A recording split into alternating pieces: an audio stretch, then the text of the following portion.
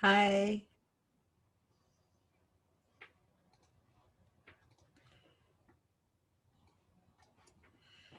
Hey, Maria, I just read your email. I'm glad that is working so well Oh, for you. absolutely. It was great, and thank you. You're welcome.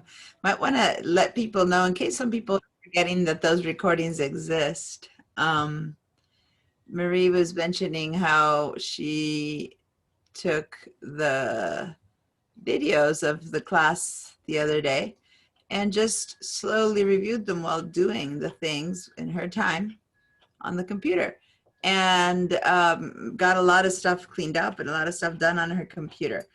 So those of you who aren't yet taking advantage of those recordings, please, for better or for worse, some people in some classes have been really complaining, don't record us and stuff like that. And everyone in my class is always really excited because I'm teaching you things that, it's really nice to be able to hear them again. So go ahead and use them. Once everyone's here, I'm going to run through how to get to them quickly again. I got a couple of questions about that in an email. So, so both emails that I got segue pretty well into each other. And someone said how useful they were, and someone else said I couldn't access them. So I said, okay, let's remind people about that one more time. And everyone, go ahead and sign into your chat as I let people in. I feel like I've got this, like, I have to open the door 25 times while people in, everyone's in. Okay. So always my hello, my welcomes, instead of looking at you guys talking, I'm letting people in. But anyway, hi, how's everyone doing? So those of you who were with me yesterday, I had in my um, photos class, in my iLife class, I was out of power and I had a borrowed laptop, a new one that had as much power as possible, meaning, it hasn't yet been degraded. Um, and the class is 3 hours long, and I ended the class with a minute, like the last minute of the class, I had 1% left of my battery to go.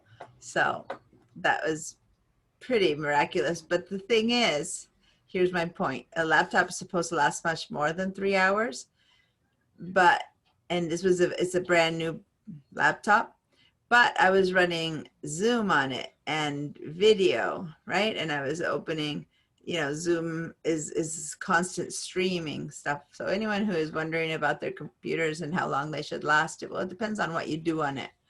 And if you are watching videos, which in a way Zoom is a form of watching a video, but a constant long one, it takes up much more resources, right? Diana, Videos Diana, and when, yes. how do you get power for your internet without power for the computer? I had borrowed from school this little thing, which is a hotspot. And I don't have one of my own, but it's a school's actually, this one is from UCSB.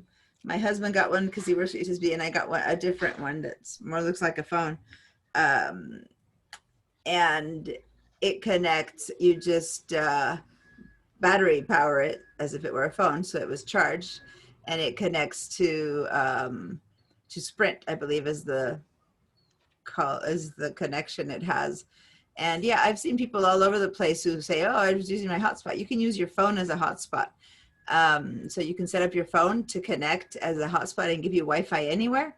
But if you have unlimited access to data, you can do that and it's no problem. But I don't have unlimited access to data. So if I were to use my phone as a hotspot, I would run out of data very quickly. So the college gives us a hotspot to us teachers who request one so that we can keep teaching. And yeah, and it connects online, and it was battery powered. So that's how I was able to do battery for Wi-Fi and borrowed computer for computer Did a on it did a battery. great job. Great job. Thank you, thank you. It worked. And then last night, I was out of Wi-Fi again, and today I'm out of water. They left a notice yesterday saying that they were cutting our water off from 8 to 5. So I don't know what's going on in the neighborhood, but we were out of power all day yesterday. I planned, they told us a few days before, and now they told us yesterday that today we'd be out of water all day. So I hope whatever they're making is worth it, because it's very uncomfortable. Anyway, everyone's in. So good morning. I'm actually waiting for Viola, who's the person who said she was needing help with getting to the Wi-Fi. So not to the Wi-Fi, to the handouts. Unless she's, yeah, there we go. Marcia, are you here? Yes. So Marcia, you got my so everyone got the email this morning for with the link. All the ones who had the off emails or different emails, y'all got the link. Cynthia, can you please change your name by hovering over your video and clicking on the three dots. Okay. So, so as people were walking in, I was saying that it is very useful to watch the videos.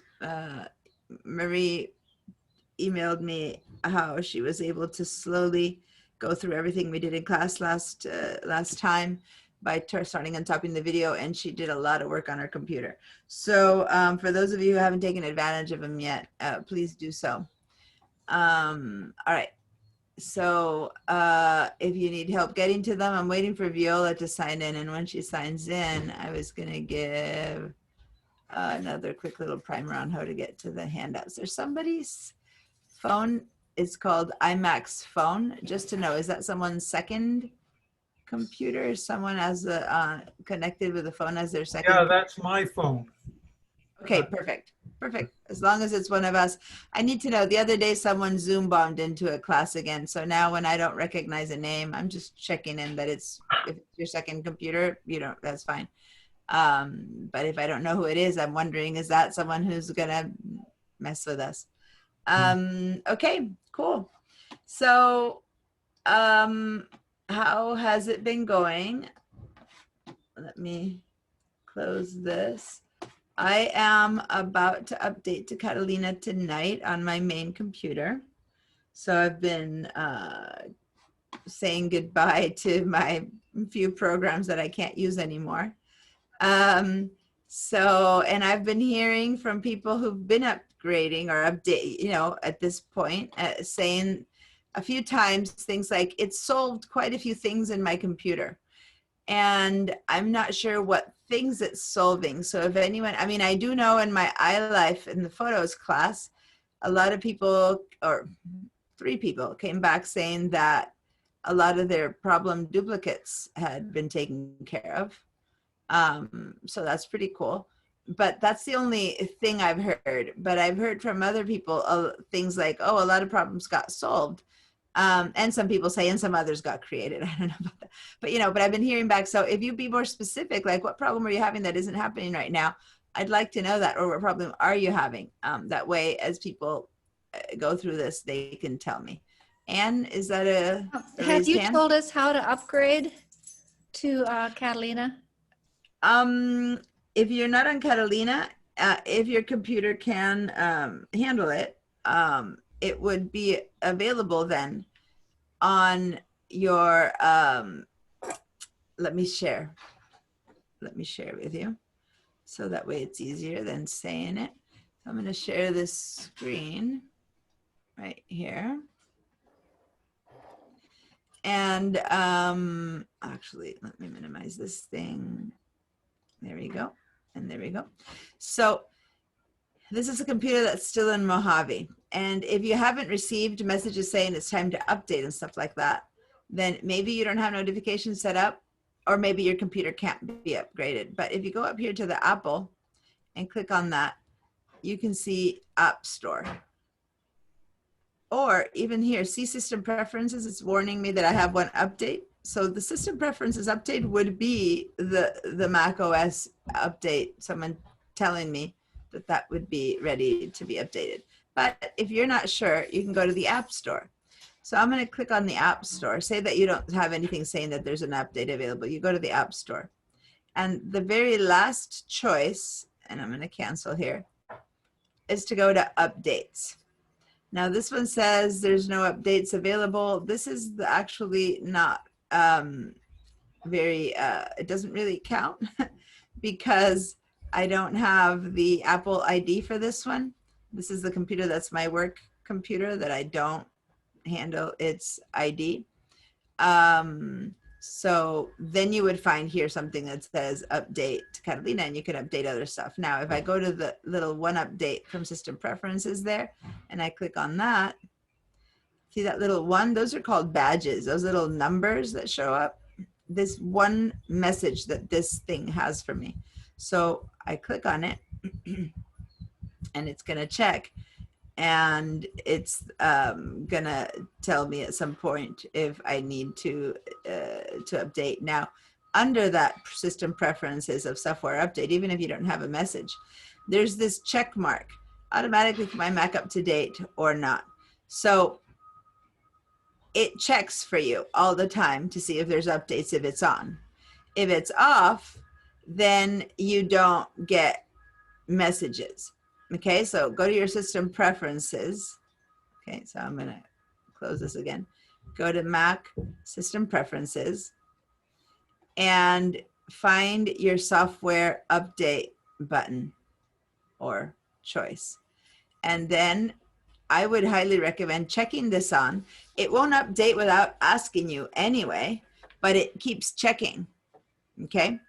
Now, an update is not the same as an upgrade, okay? And I'm gonna write it here in the chat. An update, you should always do, and it just fixes bugs. Oh, it's not typing. Why is my keyboard not typing? There it is. Updates fix bugs, and you should always do an update. Okay. Upgrade, on the other hand, changes you to a new version of the software. You should check if it's a good idea for your computer to before you upgrade, and most importantly, and do a backup before you upgrade. Okay, so everyone grab everything I wrote in the chat, copy that, put it somewhere, remember it, put it in your, you know, deep in your consciousness. You don't need to back your whole computer before you update. It's not a bad idea if you have data in something and you want to make sure that nothing messes up to back things up all the time. I mean, I'm going to suggest, and I'm going to teach you next class how to always back up your stuff. But before an update, it's a good idea. But before an upgrade, it's crucial and essential, because upgrades are slightly dangerous. As in, say you buy a new car or a new refrigerator or a new whatever big thing. There's a 99.999% chance that it'll just be fine. But there's that 0.000, I don't know how many % chances that you get a lemon, right? And that something happens. And it's possible that when you upgrade, something goes wrong. And if something goes wrong, your data can suffer. Your computer can, be a problem. That's why we don't upgrade willy-nilly and just because, but we upgrade when it's necessary. When your computer is set and happy and everything is working. So that's when we should upgrade. And when the program has been tested and everyone says, okay, most of the bugs have been handled. And then for the duration of the life of that program, you're going to keep getting little messages saying update, update. An update, yeah, go ahead and say yes all the time to the updates and let them happen because they found a bug and they figured a way to fix it. And they're sending you a little update for you to fix your computer if that program had been having that problem. Okay. So it's from here that you get, if you get the big old Mac OS Catalina that says upgrade now, that means your computer can upgrade. If you are ready to do that, then hit that button, but be careful. Don't hit it if you're not ready to do that. And it'll do it. And it'll just start doing stuff. And at some point it'll ask you to type in certain things like your Apple ID again and stuff like that. So make sure you know your Apple ID, make sure you know your computer's password, you know, make sure you know a lot of the basic stuff about your computer so that when you hit upgrade, then depending on the speed of your computer, it might take 20 minutes, it might take 3 hours. It is all set up again. Okay. So you need some dedicated time for the computer to work. You can walk away from it, but if it stops and asks you something, you need to check in now and then to be able to answer and then walk away again and then come back and just check in again. And at some point, I'm telling you, don't get impatient. For some people, it takes, if you have a very older or slower computer or a lot of stuff in your computer, it could take hours. And then at the end, when it's ready to go, it starts asking you things like put in again your Apple ID, put in again this. Do you want to put your stuff in it'll always try to put your files in the cloud. So those of you who still don't have your files in the cloud, it'll ask you the question and you have to at that point say yes or no. It'll ask you again if put the iCloud Photos library. So it'll have you check in again on stuff. And if you don't answer, then it'll default to signing you up for the iCloud. For your files to be in the cloud, it'll sign you up for putting your photos in the cloud. Like the default's going to be to put everything in the cloud, which if you have now decided is what you want, that's awesome. If you have decided it's not what you want, just be careful and say no. So I've been explaining things. It's your choice whether you want things there or not. So that's how you would upgrade. And an update for updates, you can go to the App Store. Okay, so System Preferences and App Store are the two places. The App Store also has a way for you to have it just check in on you and warn you, oh, you're ready for an update on this program. Oh, you're ready for an update for that one, okay? So there we go. I'm going to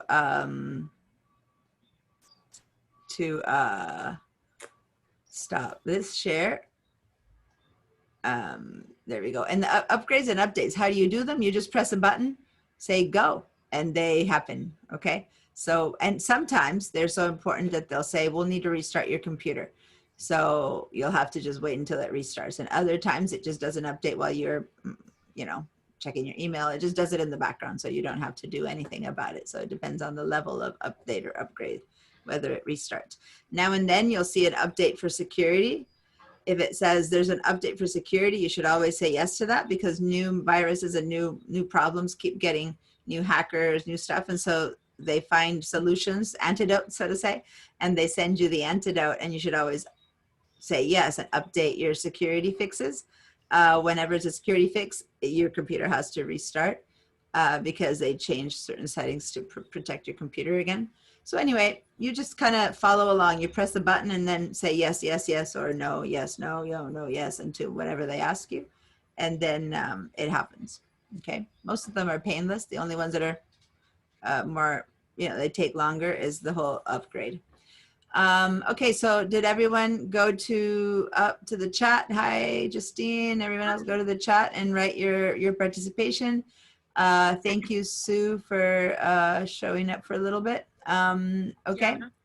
Yes. Hi, Deanna, it's Justine. You mentioned that you put something important in the chat, but I'm not seeing it there. Yeah, me too. I'm not seeing it either. Me neither. Did you send it? Oh. Yeah. Yeah. Oh, it's sent to one when somebody writes to me directly in private, my automatic setting when I go writes to that one person again.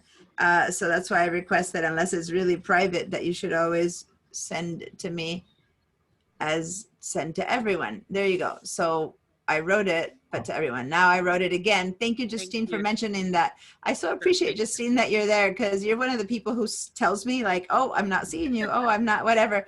And I beg everyone do that, because, you know, there's only so much that I can see of what's happening when I send you stuff. I keep Yeah. my eyes on certain things, but I don't keep my eyes on the chat all the time. So there you go.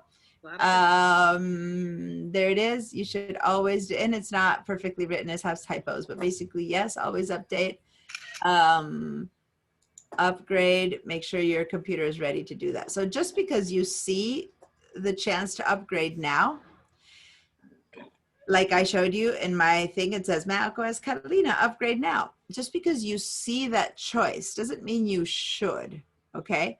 The moment the new software comes out, it says that, oh, the new software's up, upgrade. So don't get misled into saying because it's here, you should upgrade. It's just that someone asked me, how do you do it? I said, well, you'll see the possibility to upgrade if it's possible for you right there.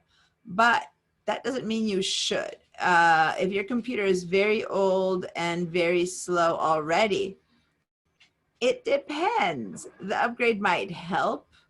I remember when everyone upgraded to Yosemite, we discovered that Yosemite made your computer run much smoother. Usually in the past, you would consider, no, don't after a while upgrade because your computer can't handle it. So you need to start listening in, asking me. I listen into the forums, I read the articles to see whether it's okay for your computer to upgrade. And then there are some who just can't. The computer at some point gets too old, and it only happened twice now in the life of the Mac, sometime about 10 or 12 years ago, where they made a kind of change that anyone who had a computer older than that just couldn't keep upgrading. And Catalina is the nearest to that, in that if you upgrade to Catalina, as I showed you before, some of your programs will stop working. And so if you have programs that you just really depend on, or if you use a printer every day of your life and suddenly that printer doesn't, accept Catalina anymore, you might want to hold off.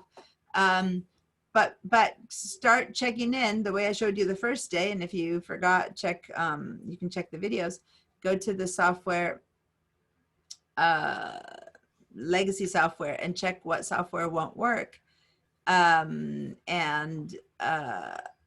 see if that, contact the printer manufacturer and say, do you have a driver for Catalina and things like that. And if they say, no, it's too obsolete, we're not supporting it anymore. When the manufacturer doesn't support a piece of equipment anymore, which after 10 years can happen, then you're on your own. It's your choice whether, okay, I guess I'll hang out here and I won't upgrade, or I will, but I'm going to have to buy a new printer.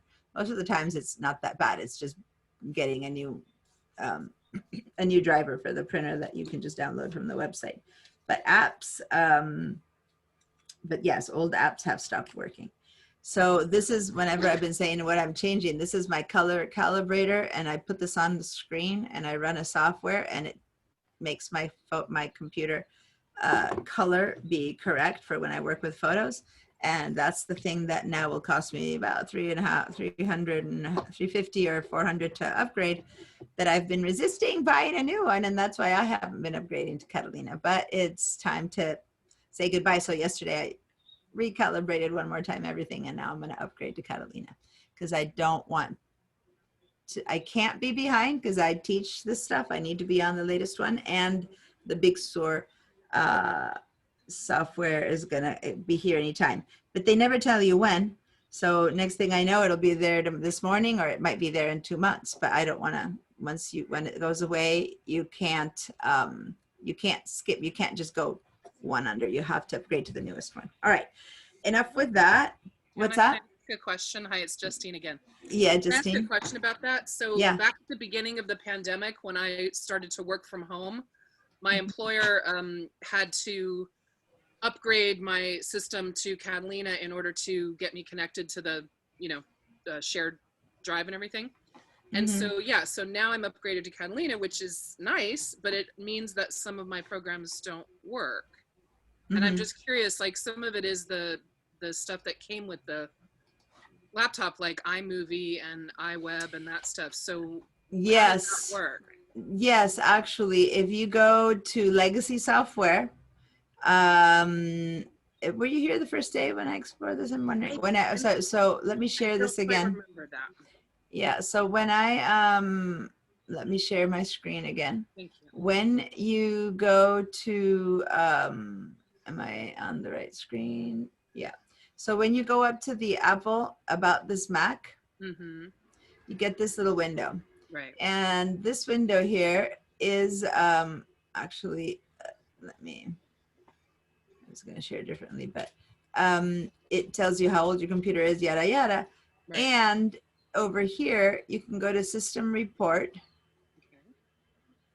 And in System Report, scroll down to Legacy Software.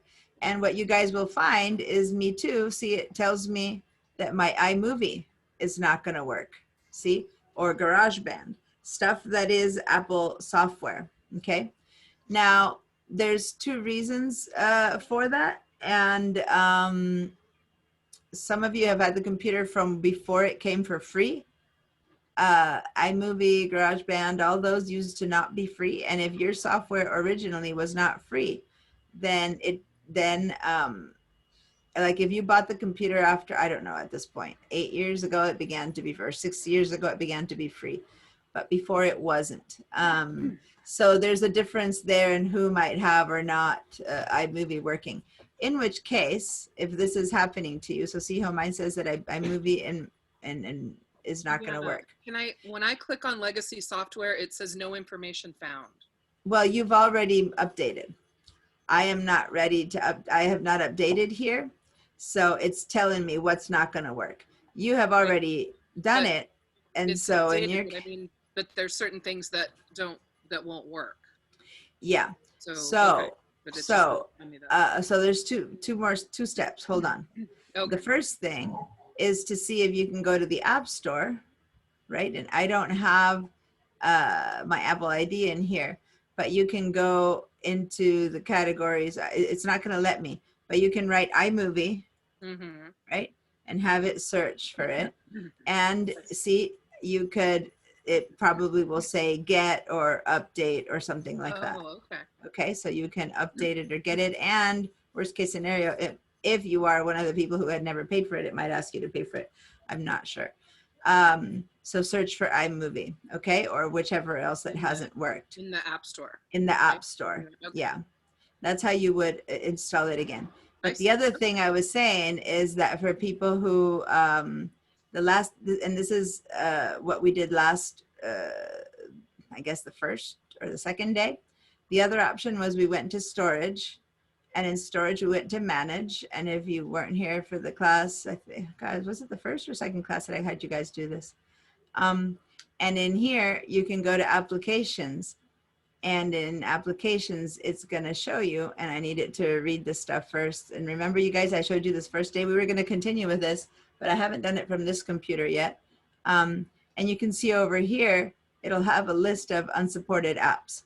And if you are in Catalina, you would see this one is not Catalina, so I don't see unsupported apps, but from the one that is Catalina, you would see which ones of your apps don't work anymore that are sitting there, and that I urged everyone to just get rid of because they wouldn't work anymore.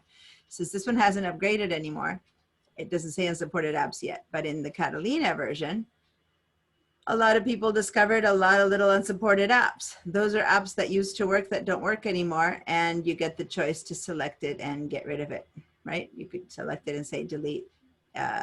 So that's, again, if you check out, so how I got here one more time, I went to the Mac, About This Mac, okay, this one. I went to storage, it shows you how much stuff you have in your computer, and go to manage.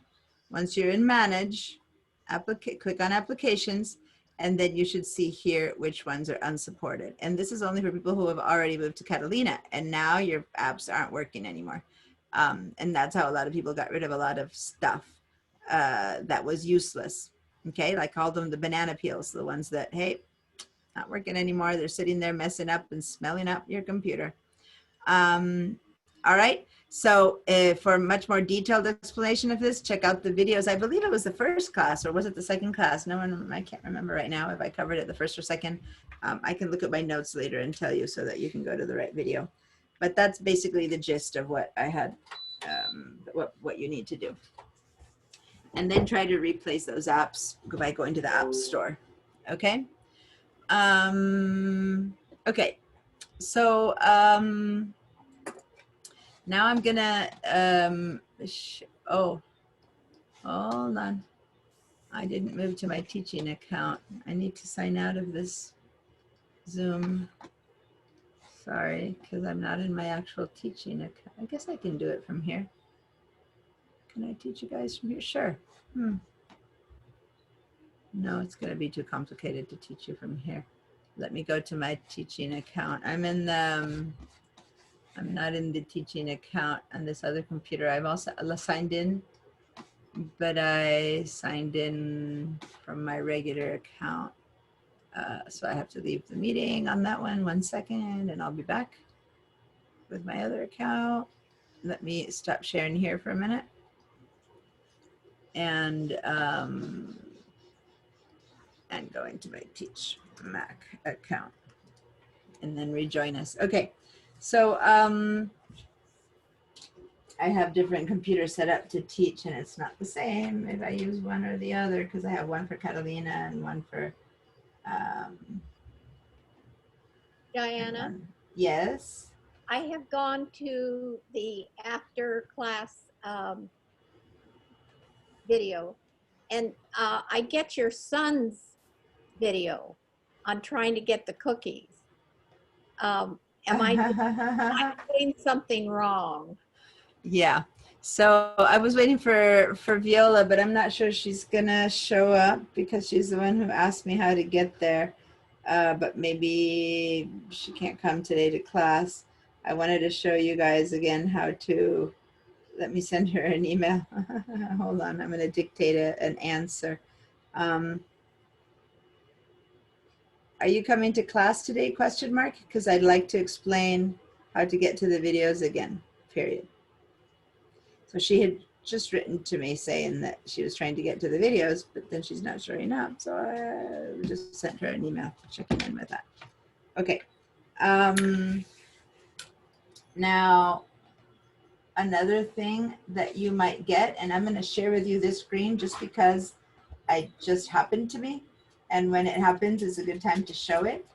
As far as when to upgrade or update something. On this other account, I just pulled up this little message, and let me share it with you. That says the following. Have you ever seen this one show up for you on the middle of your screen? Yes. That Yes. one? This morning I got it. Yeah.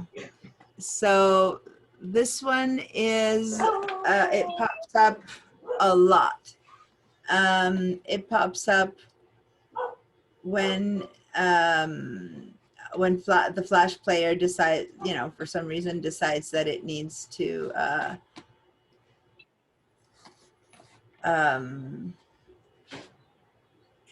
update. Okay, so this is an update, and what it does is, and it's showing up huge here. Let me actually be a bit better with my screen. It'll show up floating in your screen. Let me share my entire window with you. So it just suddenly pops in like that, telling you, oh, there's a support. You'll need to update. But just so you know, if you read this carefully, Adobe Flash Player won't work anymore after December 31st. See? So it's something that we used for years and years and years, and you used to need it for the websites to work and a whole bunch of stuff. There's only very old websites who use it anymore. There's a lot of stuff like that. So at this point, if you don't need to use it anymore, instead of keeping on installing and updating it, at this point, what it's asking you is to uninstall it. See? it did this for years, telling you upgrade, and you had to click on update, but now it's changed to say, you don't need this anymore. You probably don't need this anymore. So we recommend you just remove it by clicking the uninstall button. So I have never had a software tell me to uninstall itself. This is the first time, but there's this thing called install and this thing called uninstall, which is the right way to get rid of a program. And once it stops working, you won't be able to uninstall it. You'll kind of have it sitting there unusable. So if you're ready to uninstall it, which in my case in this computer I am, then I'm going to show you the process. All you need to do is just click the uninstall button. And why was it canceled? Okay, it says the Adobe Flash Free installation was canceled. Okay. I don't know why it was. I'll have to look into that. It did not uninstall. Oh, you know what? Okay, I'm sharing the screen of this computer. I'm online and sharing the screen for this computer, so I have a feeling that that probably is a big part of it. It's asking me to leave the meeting to uninstall, so I'm going to just cancel out, and that's probably why. When I'm not doing that, I'll try it again. All right. And this is the computer that the other day I was sharing, where this one is already upgraded to Catalina. I am already in that place where, pay attention, Justine, or anyone who has Catalina, that when you go up to your applications, it's showing me which apps are unsupported. So the other day in class, I got rid of quite a few of them, selecting and saying delete, but I left a few so that the next time I teach this, which I will be teaching in a few months in the spring, I will have some left to show. And after that, that'll be it. Okay. So it just, you go to the unsupported ones and just uninstall. Also here in the icon, it has a little zero, slash sign, like it's forbidden. So I had a lot of stuff that wasn't in this computer working anymore. This is an old printer I don't even have anymore, but I still had the software in it. All this kind of stuff that you leave on your computer that you don't get rid of, it just occupies a lot of space and fills your computer with nonsense, with banana peels, with stuff that you need to get rid of, okay? So I highly recommend you clean that up. This, this here is, let me show you again, because now I want everyone here, because the first day I led you to this, I think first or second day. And now I want to talk a little bit more about this, because we're going to jump into file organization. So in case you don't remember where that is, let me lead you into this again. You go to the Apple, and everyone please follow with me. Go to About This Map. By the way, before I do that, look over here. I'm getting 2 warnings. System Preferences and App Store is warning me that I have something to do. And it might be the same one, it might be a different one. So just to check in, I'm going to check in with the App Store to tell me, see what it is. What is it telling me? Oh, something, there's a new arcade, whatever. I'll say okay, and I'll go to updates. And it's telling me that the Disk Doctor System Cleaner has to be updated. But in fact, this computer is set up to update automatically, and it's just telling me that it opened and I have a clean Disk Doctor. If I want to open it, I will or not, but I'm not going to, but that's what that update was all about. So I'm going to quit the App Store. And when I go up here, see how I've seen it. So now the update stops showing up because I've gone and I've checked in on it. So then I'm going to go check on this one, System Preferences. There's a little one. I'll click on that. And it's telling me that there's an update to Catalina. See, the other one that I showed you said upgrade now because I was still in Mojave, but this one is running Catalina. And what it's telling me, there's an update to Catalina available, update now.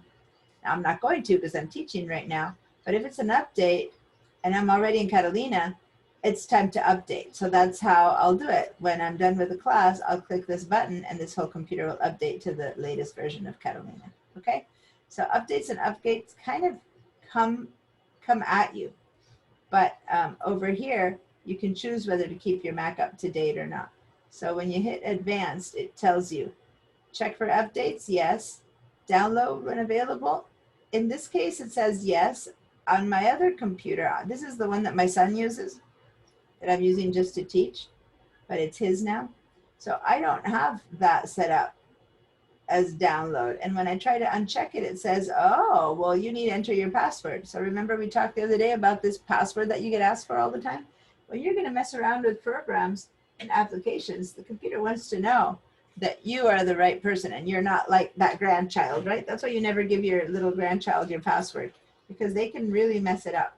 So then I'm going to type in the password. Now I'm allowed to uncheck that, okay?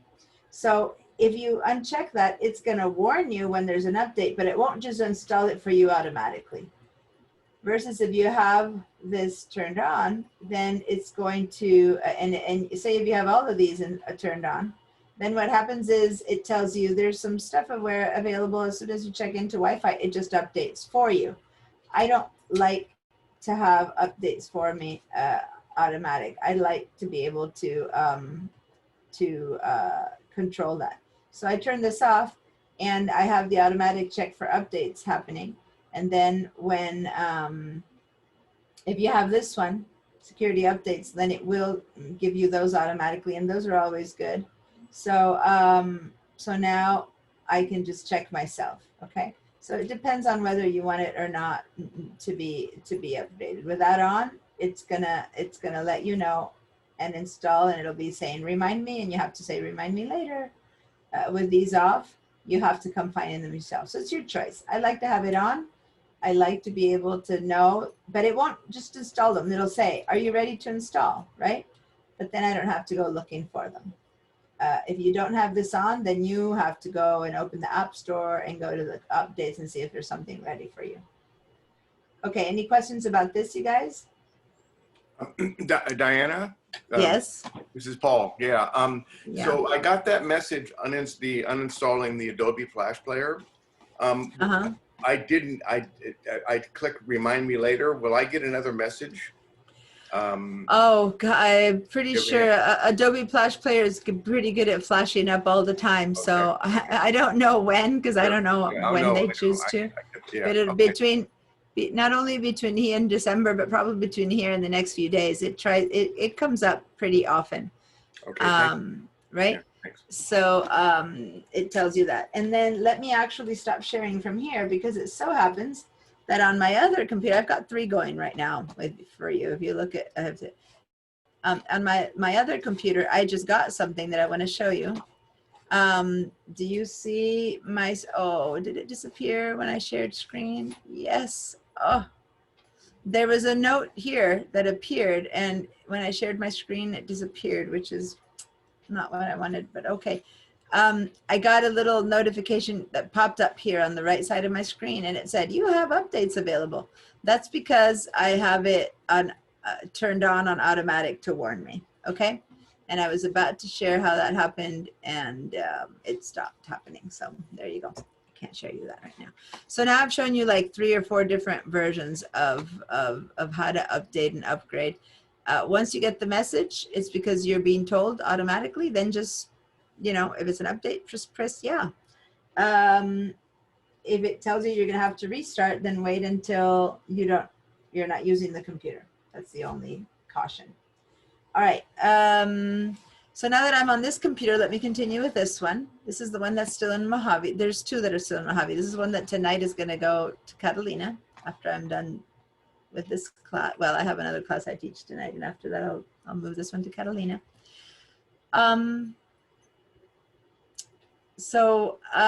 It's time to keep looking at our files and begin to know where they go and begin to put them. We all know where they go, okay? I'm going to open my Finder window. Remember how I did that? I went down to this little icon. Let me put in a little button. Here we go. A little color annotator. Here we go. Little red light. Here's my Finder icon. I can click on that to open a Finder window. The size and positioning of your Finder window and whether you see icons or lists or columns will depend on the last time you did it. Whatever setting you set it for the last time is how it's going to show up. So this window is pretty small. I want everyone first to confirm two things for me so that I can see on the participants. First of all, I want to confirm that you can see. Usually at the beginning of class, I have you guys test it, but I didn't yet. I want to make sure that you're all able to reach your participants, and I'll do that by asking you a question. Remind me if you have discovered, you discovered on Tuesday that your documents and desktop material is in the cloud, then give me a big old green yes. And if you discovered that your desktop and documents are in your computer, then give me a big red no. Okay, so everyone go to the participants button, and this is a reminder, review of how to use the things, and for me to make sure that everyone still remembers what we did last class, which was we really cleared up on whether your stuff was in your computer or on the cloud, because today we're going to really start working with those files, and we need to be very clear on where that stuff is. So if you don't answer and you're not sure, then we'll give you another easy way to find that out. And that is that when you open up a Finder window, okay, doink, open up a Finder window. Here on the left side, you see a sidebar. So ignore whatever's in the middle, ignore all of that stuff. Right now, what you see, what I see, it's very different for everyone. So just ignore everything, just focus on the sidebar. And if you see that under the word iCloud, it says desktop and documents, then your desktop and documents, your files are truly in the cloud. Okay, that's the good answer. If they are not there, then your stuff is in your own computer. And remember, if for any reason these things are hiding from you, it's because your mouse over them has to hover over them and click to see them. All right, so now I'm looking over here and everyone should have answered. Pretty much everyone has answered. About half and half. Okay, so there's about 1, 2, 3, 4, 5, 6, 7 people on one, and 1, 2, 1, 2, 3, 4, 5, 6, 7. 1, 2, 3, 4, 5, 6, 7. 7 and 7. You guys are half and half. You're actually half and half, which it means that somebody might have not answered yet. Regan, do you know if your stuff is on the cloud or on the computer? I don't see an answer, and Sorry, I had to run out. no, that's fine. Just Yeah, mine's on the computer. on your computer. Okay, so then put your little no next to yours. Marcia, how about you? Marcia's stuff, I believe, is, from what I remember, it's on the cloud. She had to step out too. All right, so basically about half and half. All right, so here's the thing. This window that I have right here is not ready to give me a lot of information. We all need to change some things on this window. If you've taken my class before, you've already done it. And so if you haven't, you need to follow the steps very carefully. On the left side, go ahead and go to the word applications. Select applications. I know that some of you have more or less choices here than me, but everyone should have applications.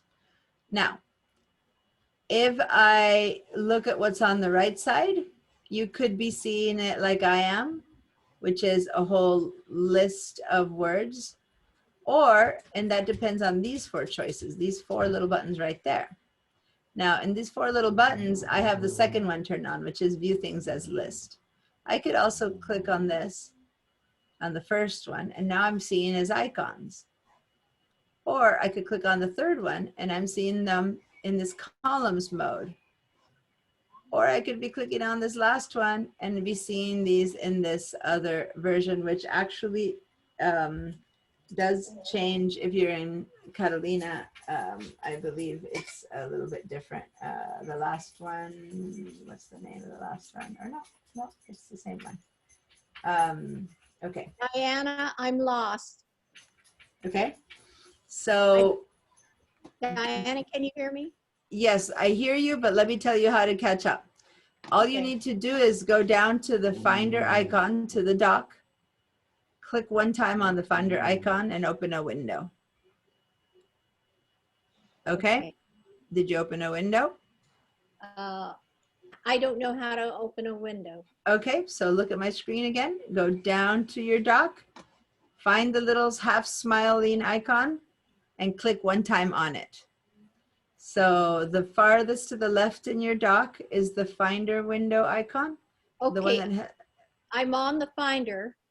okay, you click one time and a window for the Finder will open up. Okay, Okay, now this window will not look like mine because who knows what view you have of stuff, but you should have on the left something similar to mine, a gray bar, and you should see the word application somewhere in that. Can you click on that?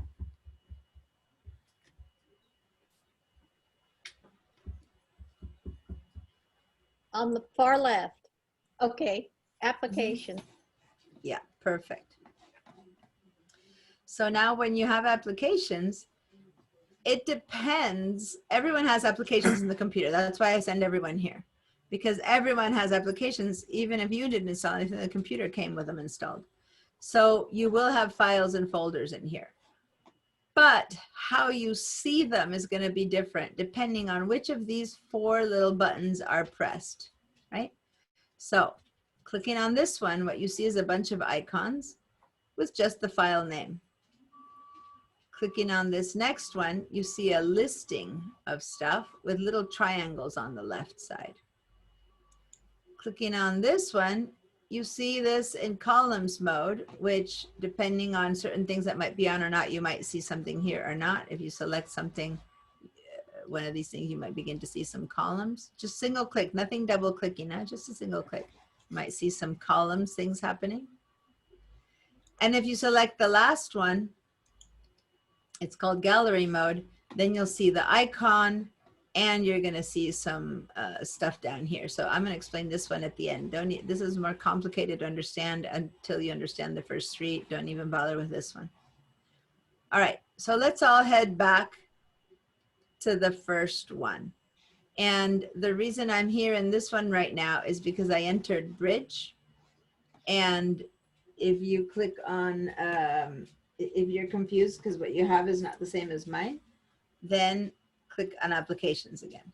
Because like when I was clicking on Bridge, I saw one thing, and then when I went back here, you're inside of Bridge. So click on applications again. The important thing is to have applications selected so that we're all on the same place. Now, when I say we're all in the same place, I'm showing you a whole bunch of Adobe stuff, which you guys don't have. So I'm going to start scrolling down, and you probably start somewhere around here is what you're seeing under applications. You should be seeing stuff like this. But I have a whole bunch of Adobe stuff installed in mine, so that's why it's showing up. But I would have had to pay to install all of this. And that's why, unless you are one of the people who has the Adobe applications installed, then your stuff probably starts with the App Store or one of those, right? And then you have some stuff. I have, again, I have a lot of stuff here that you don't have. This is my big computer with a ton of stuff installed. But the whole point is whatever you have here is whatever applications you have in your computer. So is everyone with me at this point? Or have you been able to see the 4 different ways that you can see your applications, the 4 views? If you did, go ahead and give me a yes. And if you don't know where I am and you need some help, give me a no. But these basically are just different views of the same material. Whenever I'm in class, I have a good example of this. And that good example is I show up the class catalog. Have you all seen the paper catalog? You know, the little magazine with all our classes, which has a lot of information about our classes. Yep. I show you that. And then I also show you a flyer that has information about our classes. The flyer, which is just a listing of the dates of start and ending of the class with just the title of the class. It's the same information, technically, but in one, it's presented in 2 different ways. And one of them gives you more information than the other, even though it's talking about the same class. So it's the same information presented differently. And then if you guys go online and check on the online scheduler, it'll show you the same information in a different way.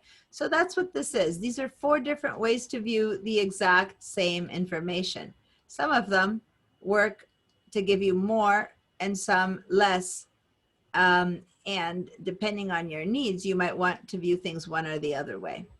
So right now, for all of us to be on the same page, go ahead and go to applications and click on the second choice, the list view as list choice, so that everyone is seeing a row of lists. And now what I'm doing is I'm scrolling up and down this list, and how I'm scrolling is pretty important, because depending on if you're using a mouse or a computer with a laptop with a little touchpad, how you scroll is differently.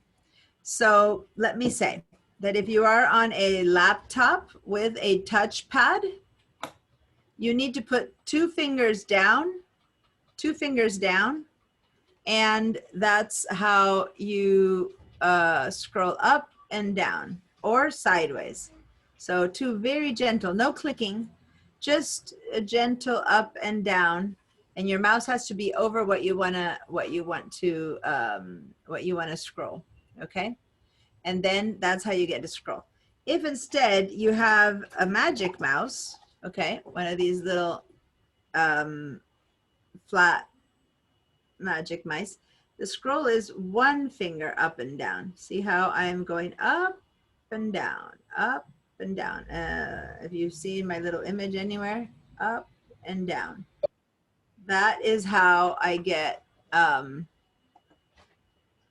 let me admit. Hold on, I'm trying to admit someone, but I can't on that computer. Here we go. Okay, so on a magic mouse, it's one finger. On a PC mouse, it'll be the good old little scroll bar, okay? That little thing right there. That's what'll help you go up and down. But the important thing, a lot of people don't know how to do those things, is on the touchpad. So it's two fingers. And this is a little kind of separate touchpad I have. And I can hover over there and I can use two fingers, see? So this is equivalent to the laptop touchpad. I have a touchpad for my desktop, and that's what I'm showing you. Okay, so is everyone able to scroll up and down and sideways? Because see, and this is the limitation of your PC mouse, is that if you try to go sideways like this, unless you have a special PC mouse, you can't do that.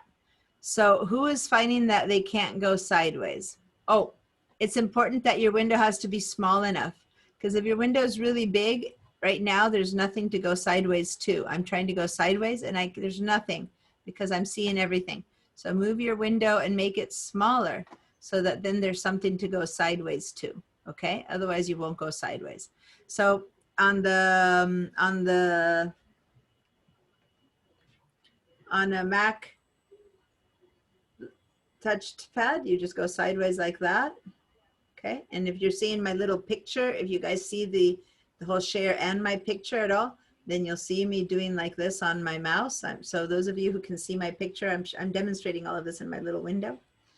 And if you have a magic mouse, which is one of these guys, then again, you can move sideways. I'm just going sideways like that with one finger, okay? But if you have a PC mouse, then you can only go up and down. Now, Bill has a mouse that he bought that's a PC mouse that can go sideways. I actually went online the other day, Bill, to find that option, because I wanted to buy one for my second mouse that I'm using here, and I didn't want to have to buy another magic mouse, and I could not find one. So I'd be happy to hear what name or brand or model your PC mouse is that can go sideways, because I couldn't. I just went to Amazon and I just searched It's for a mice. it's a Logitech, and it's Can you pull it up? M510. Can you put it up to the camera so I can see it? What does it look like? A little bit further. So, okay. Oh, I see the scroll bar, but down again, the scroll bar has like two little arrows. So you just move that little scroll bar and you push it to the sides. Is that what you do? Yeah, it has a little arrow on either side. I see. Okay, so if you're going to buy a mouse that's a PC mouse that you want to be able to go sideways, it has to have that little feature where the mouse can be pushed to one side or to the other, to the sides, not just scrolled up and down. Okay, thank you, Bill. So more normal, regular Mac mice do not go sideways. Okay, so none of the Mac mice that I have go sideways because on the PC mice, because the PC does not have that need. So if you're going to buy a regular PC mouse because you don't want to buy $100, you know, these guys, the Magic Mice, are about $79 or $69 if you get them on sale. If you want to buy a cheaper, you know, $15, $20 mouse, you have to buy a PC mouse. Make sure that the scroll bar can go sideways, because otherwise you're stuck sometimes with a mouse. You can't go anywhere if you don't have a side. If you want to go to the side of this, you just can't if you don't have the right mouse. Okay.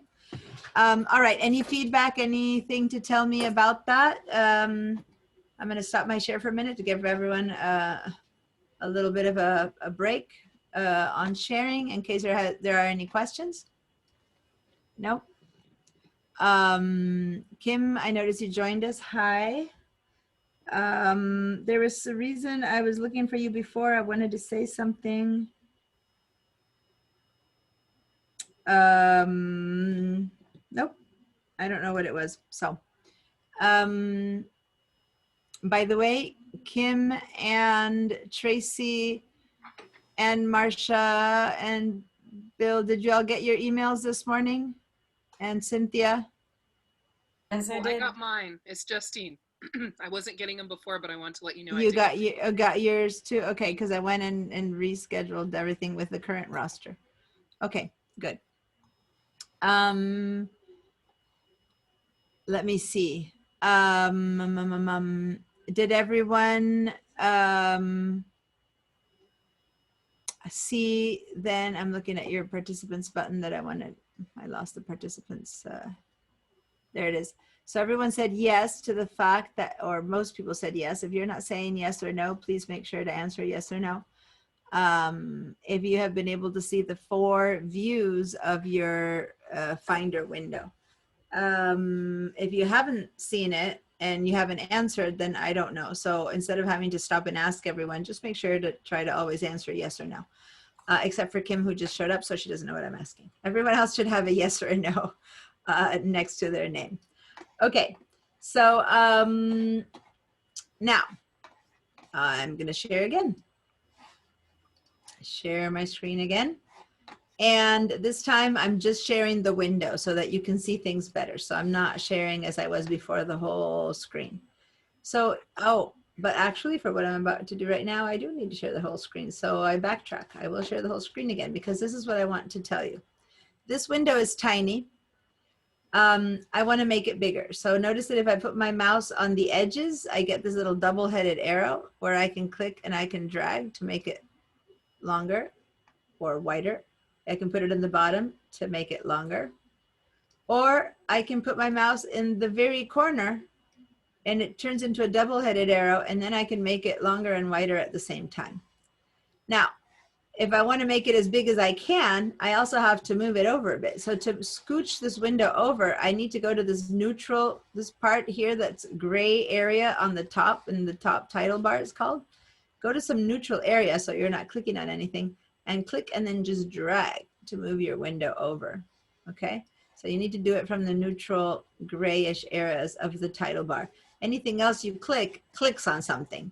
So you can't drag by clicking on something. So that's why this is what I consider the neutral area. Now, if you're seeing these little icons here, then that's good.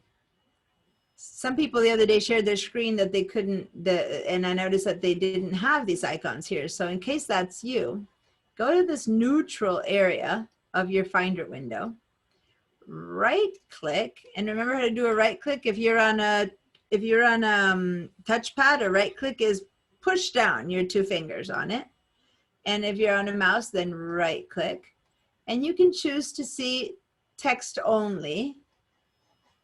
And I don't recommend the text only, but you could. This was causing some confusion the other day when I was telling people to go to the view.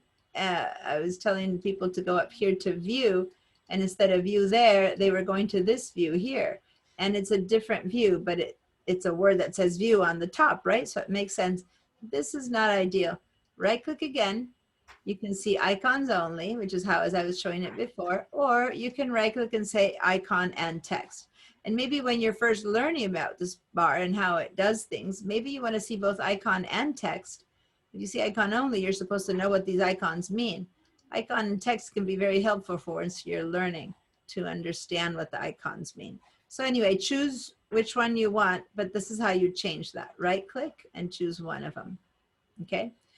Now, for those of you who are more advanced, there's other things you can add here, things that you do a lot. If so, and I'm not going to go there right now, but then you can go down to Customize Toolbar and you'll discover there's other stuff you can add. I'm not going to add anything. This is the default basic toolbar, and that's all that I want you guys to have right now. Okay, so so I was showing you how under Applications, and I was asking everyone to view as list. You have for the most part, those of you who only have stuff that the computer came with, you'll just have single little icons like that, okay? If you go all the way to the bottom though, everyone should have at least one folder. Everyone should have the utilities folder because that also comes with the computer.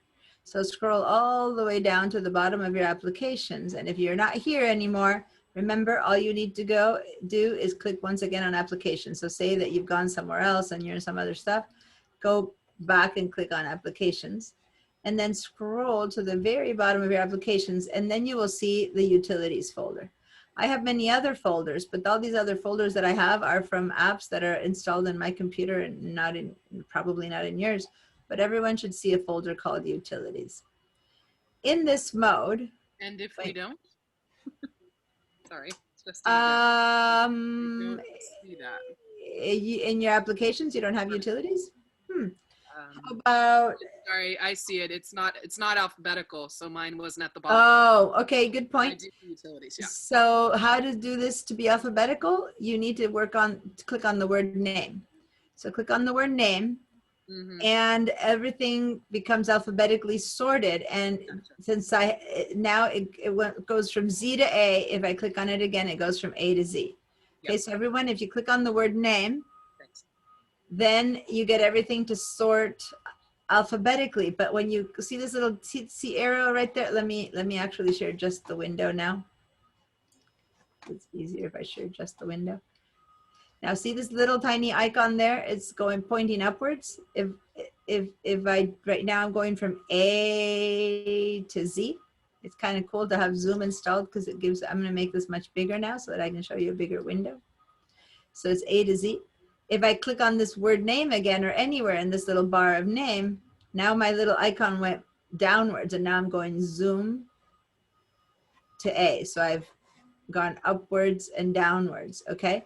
So that's all it takes, going name, name, name, name. And that's how you can change the sorting.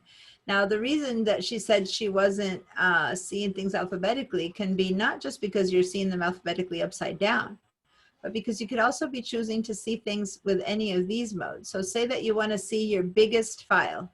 You go to size and you click on the word size. So to see size, you need to expand your window. Click on the word size. Now there's no alphabetical order anymore. Size has made the biggest thing on top, and as you scroll down, your smallest thing at the bottom. Okay, and if you want to go the other way around, you want to see your smallest thing, you click on size again. Now it's showing you your smallest thing on the bottom and your biggest thing on top. Okay, so any of these words that you click on modifies how all of this information is being sorted. So now say that you want to find anything that's an application, you click on kind, and I now have folders on top, applications on the bottom. If you have no folders, you might not see any, but everyone should have at least one folder, which is the utilities folder, see? And then if you want to look at when your files were created or when they were modified, then you can click on date created, again, up and down, date modified, up and down. So there's a lot of information to be had. I'm going to default back to name, and I'm going to default to A on top. Okay, but this is how you manipulated a lot of this information. Now notice I'm not clicking on anything in particular. I'm just manipulating the order of the information in order to find something. Sometimes you just need to find what's old, what's new, what's big, what's small. So depending on what you need, this list view is very useful because it gives you the name of the file, the name of the folder, when it was created or modified, what size it is, and what kind it is. Versus if you're viewing things in the icon view mode, all you get is a list of names and icons. That's it. You have no other information. Now, if you don't need all that other information, this is also a simpler way to see things, and it's kind of cool. So you might like to see things. This is the default view. If you've never changed the view for anything, then the default view has always been this icon view. And you might never have known that you can look at your things any differently because this is how things show up for you. In which case I'm going to go around the A-ish about here. Would be about where you start seeing things. You would see App Store, you would see books. You know, I have a ton of stuff installed here that you probably don't have. I should probably show this from a computer that's a more simple. Let me stop this sharing, and I'm gonna share that same window from a very basic computer setup. Question while you're doing that. Yeah. It's Justine again. So in applications, just playing around with the different ways to see it that you mentioned, I clicked on size and I've got install Mac OS High Sierra is my largest file. But yeah, application, but I've already got Catalina on there. So can I just delete that? Yeah, so if you had gone to the unsupported files, that's what we did the other day. All the people's old installs, the first thing we did is get rid of all those installs. So yeah, that you definitely should delete. Okay. So if anyone missed the class where we got rid of all those big uninstall files, we did it through the app that I showed you before. But if you find it here, like she just found it here under applications, then you can just get rid of it from here. And if you get rid of it from here, you would just delete it. So you would just right click and move it to the trash and say delete. You know what? I double clicked on it because I was just curious. And so now it says you can't delete it because it's open. So did How do you I close it? Yeah. Real what you were doing with this Can question. you escape? And this is very important, you guys. Don't willy-nilly click on applications that you don't know because they could be, well, they could be, no, please, whatever. See, guys, whenever I say something about what you say, don't take it wrong. Rather take it as this is a learning, this is something I can teach everyone about. So I'm taking advantage of you saying that. Okay, good. Because a lot of people might be doing that, right? Oh, I don't know what this is. Boom, double click. Well, be careful. Some of that stuff could be a virus that got installed in your computer. If you really don't know it, hang on and maybe find some more about it first. You know what I mean? Normally you would know what's in there or the computer put it in there for you. But if you're clueless, maybe the best way to check it is not to start it, maybe. So it depends. Okay. So is it when it's open now, can you hit escape somehow or does it say go away? Well, that's the thing is I don't see it anywhere. Like when I try to delete it, it says I can't because it's open, but I mean, I don't see where it's open. Okay. On the dock, do you see anything with the dot underneath? In the dock, I did just scroll past and I saw something that said install. Okay. So then that you could right click on that and say, if not, give me a share because I share your screen. Oh, I see. Install Mac OS High Sierra is in the dock. Okay, so I right click that. It's in the dock. Right click and say quit. Okay. There we go. And so now hopefully it'll just let me delete it. Yeah. It should. No. It still says it's open. Can I go ahead and share your screen with me? It's funny. Yeah. So I quit it there, but okay.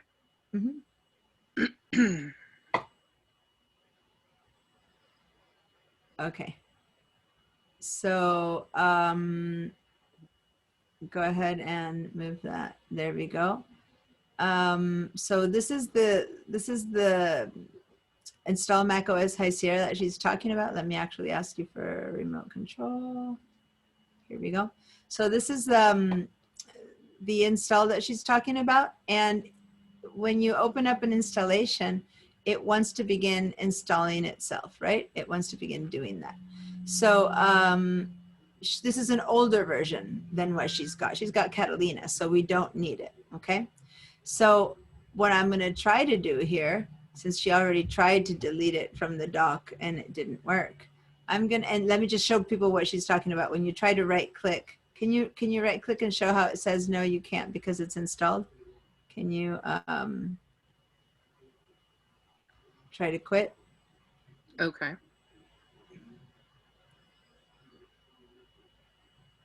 Where's the message? Do you have another screen? No. No, it's just so It's when just- I double. okay, when I double all right. click, It just when I doesn't- click quit, that little window goes away. Okay, so go up to the where it says install macOS High Sierra up in your window. Yeah, Mhm. and right click and show how you can't delete because it'll say. So go back to move to trash. See, it can't be moved to the trash because it's open. So, and I wanted people to see this little window. I can't do a right click for you from here for you. That's why I need you to do it. So whenever you try to delete something that's being that's running, it won't let you. Now the problem is that she's not really installing it, so the installer is kind of stuck in limbo right now because this isn't working. So even though she went and tried to quit it from the dot, see she has a little dot on there, seeing that it's where she has her dot on the left. By the way, for those of you who are confused, her dock is docked on the left side of her screen. So say okay to that. Since it's open, I'm not sure the next thing is going to work, but let me give it a try. I'm going to go up to your Mac.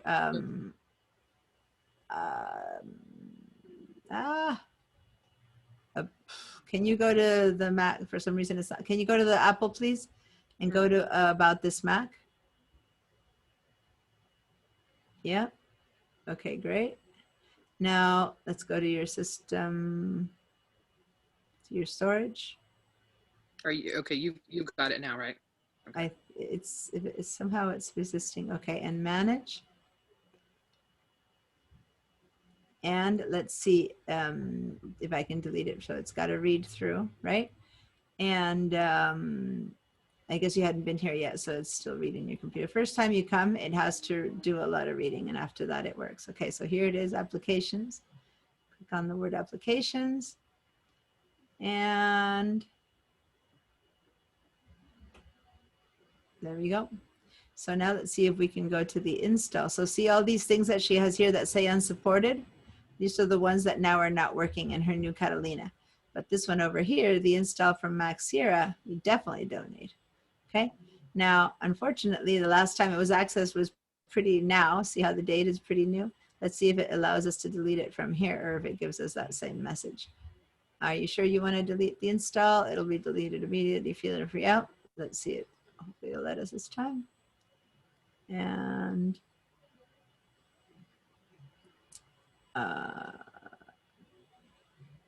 there we no. Your last option, if it doesn't let you delete it, is to you're gonna have to restart all those. Sometimes this might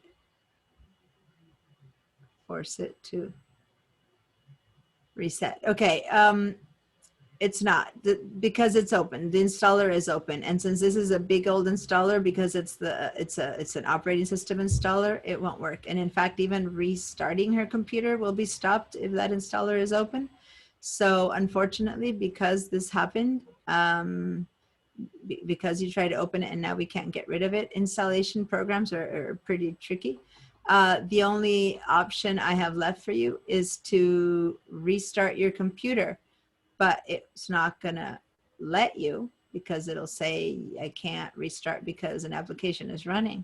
So what you're gonna have to do is you're gonna have to force restart it, and that'll close the application and then you can get rid of it. So you don't need to do that until after class or during break, but do you know how to force reset your computer? Are you on a laptop or on a desktop? A laptop, a MacBook. Yeah. Okay, there's actually one more thing I want to try. Let me go to force quit and see if I I can mean, force. yeah, I know how to use force quit for Yeah, specific. let me see if per chance this allows me to force quit before you have to force install the whole thing. Do you want to force install quit? Oh yeah, that one Okay. worked. Looks like that Okay, worked. that worked. So hopefully now you can delete it from here and be done. Okay, so guys, when something really isn't working for you, now you need to type in your password and then it'll be gone. Okay. Okay. Thank you.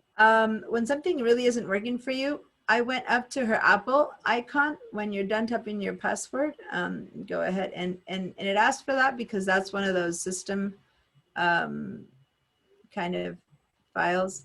Go ahead and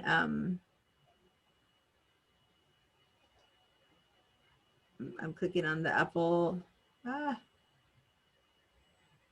I can't. You have to click on the Apple. The Apple, I'm not allowed for some reason. By the way, see how your install disappeared? Yeah. But can you show the force quit again for people to know it? I can't seem to click on your Apple correctly. There you go. So guys, hover over it without clicking. No, hover over it without clicking so people know how to get to it. Go to the mouse again. You can leave it open, but just hover over. So right there under the mouse Apple, she's showing something that says force quit. So when something is really stuck and not responding, and sometimes you have the little, round circle of death, the little rainbow wheel, the rainbow wheel of doom or whatever you want to call it, and it goes on and on and on forever. If it's just going for a while, your computer might be slow. Don't necessarily react too quickly. Sometimes things need a minute to function. But if it's much longer than that, probably something has been, is stuck. It's not responding is what it's called. So then you go up to the Apple, and this is your last, the first thing you should do before you restart your computer, and go to force quit. Okay, now click on force quit.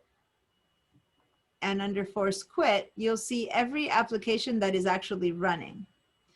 Now, this is not a good way to quit a program, so don't come here unless it's not responding. And if it's not responding, you will see the whole name of the computer of the file will be in red, and it'll say application not responding.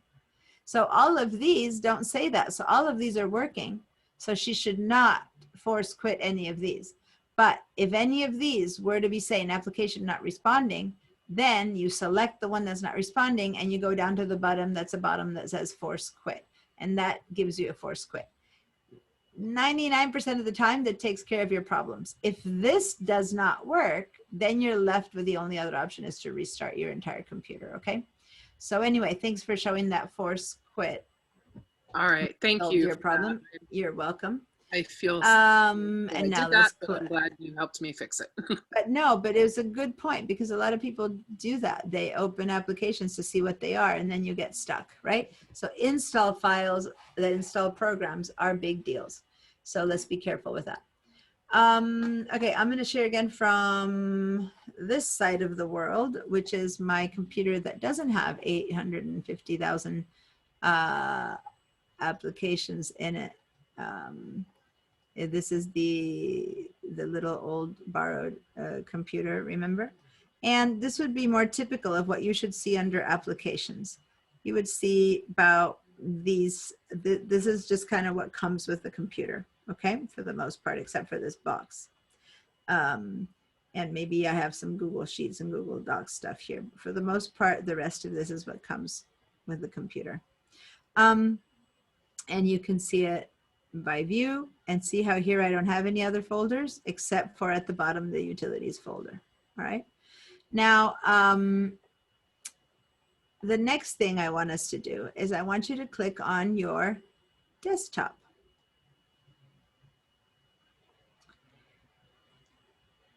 Whatever you see here on your desktop should be, and it's kind of weird because it says desktop and you see some stuff in there or nothing. This is stuff that should be on your desktop. Okay, so you should literally be seeing whatever is in here should be shown here on the side on your desktop. So how many of you guys have a lot of stuff in here? Yes. I know from when you share when you guys share your screens with me, that quite a few of you have a lot of stuff on your desktop. There are many kinds of things on your computer, and there's only one kind of thing on your computer that's okay to have here on your desktop. The only kind of thing that's okay to have here on your desktop is something that's an alias. So it has to show up like this. It's a little tiny icon. Let me see if I can make it any bigger. No, I can't. It has to look like a little icon of any kind with a teensy little arrow, like that little black dots that stare. I know it's hard to see. That little thing that's in the bottom is an alias, and the name has to say alias. So that's okay to have on your screen. And we'll talk a little bit later about why and what, but I'm gonna make, so by the way, these little lines here, if you click on them, oh, by the way, I have to interrupt the class because I was warned. I just got an alert, and I was told to mention it in class. Every year, every time we're in class, our school participates in the earthquake emergency drill, the Great California Shakeout Drill. Okay, and the Great California Shakeout Drill happens, and we're in class. Everyone hears the announcement, and we have to practice, being, drop, take cover, and all that kind of stuff. Now, since we're at home, it's happening right now. That's why the alert just came in. So since it's happening right now, what they requested is that we all ask you to spend a minute or whatever, 30 seconds, making sure that if this were an earthquake right now, you are looking at how you would be protecting yourself and whether you have all the correct survival materials. And if you do not have these alerts, if you did not on your phone get this alert at the same time as I did, then you should sign up for the alerts that the school sends out, because these alerts that school sends out are also how do you call them?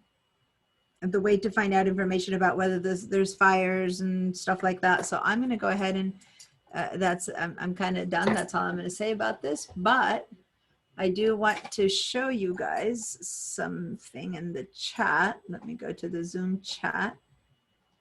And why am I? Okay. I'll put it in the Zoom chat in a minute once I can find it, because I'm sharing my screen, so I don't have my chat available when I'm sharing my screen. Actually, I do. There it is.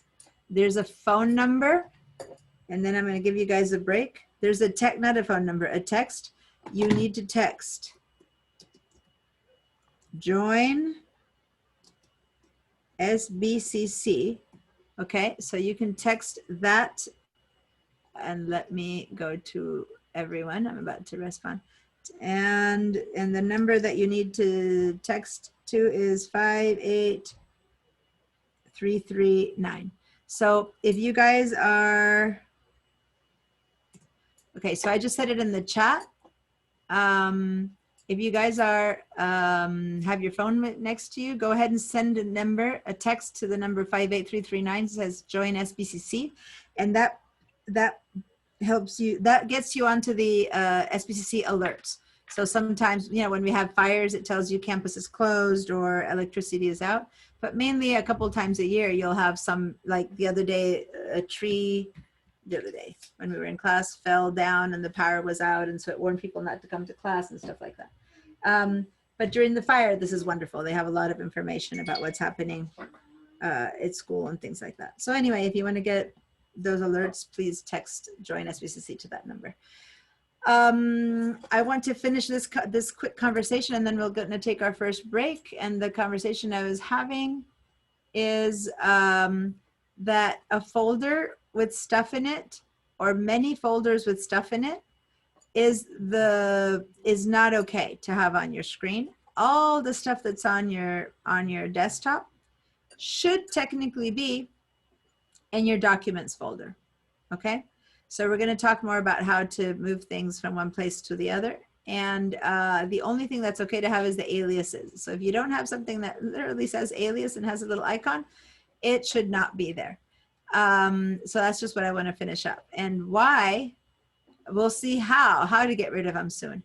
But the why is because anything that's on your desktop, when your computer is empty and running well, it's not a big deal. But as soon as it starts getting full or fuller, it starts not having enough space to operate. The computer needs that on the to work. And when you fill it with stuff, it doesn't have enough space to operate.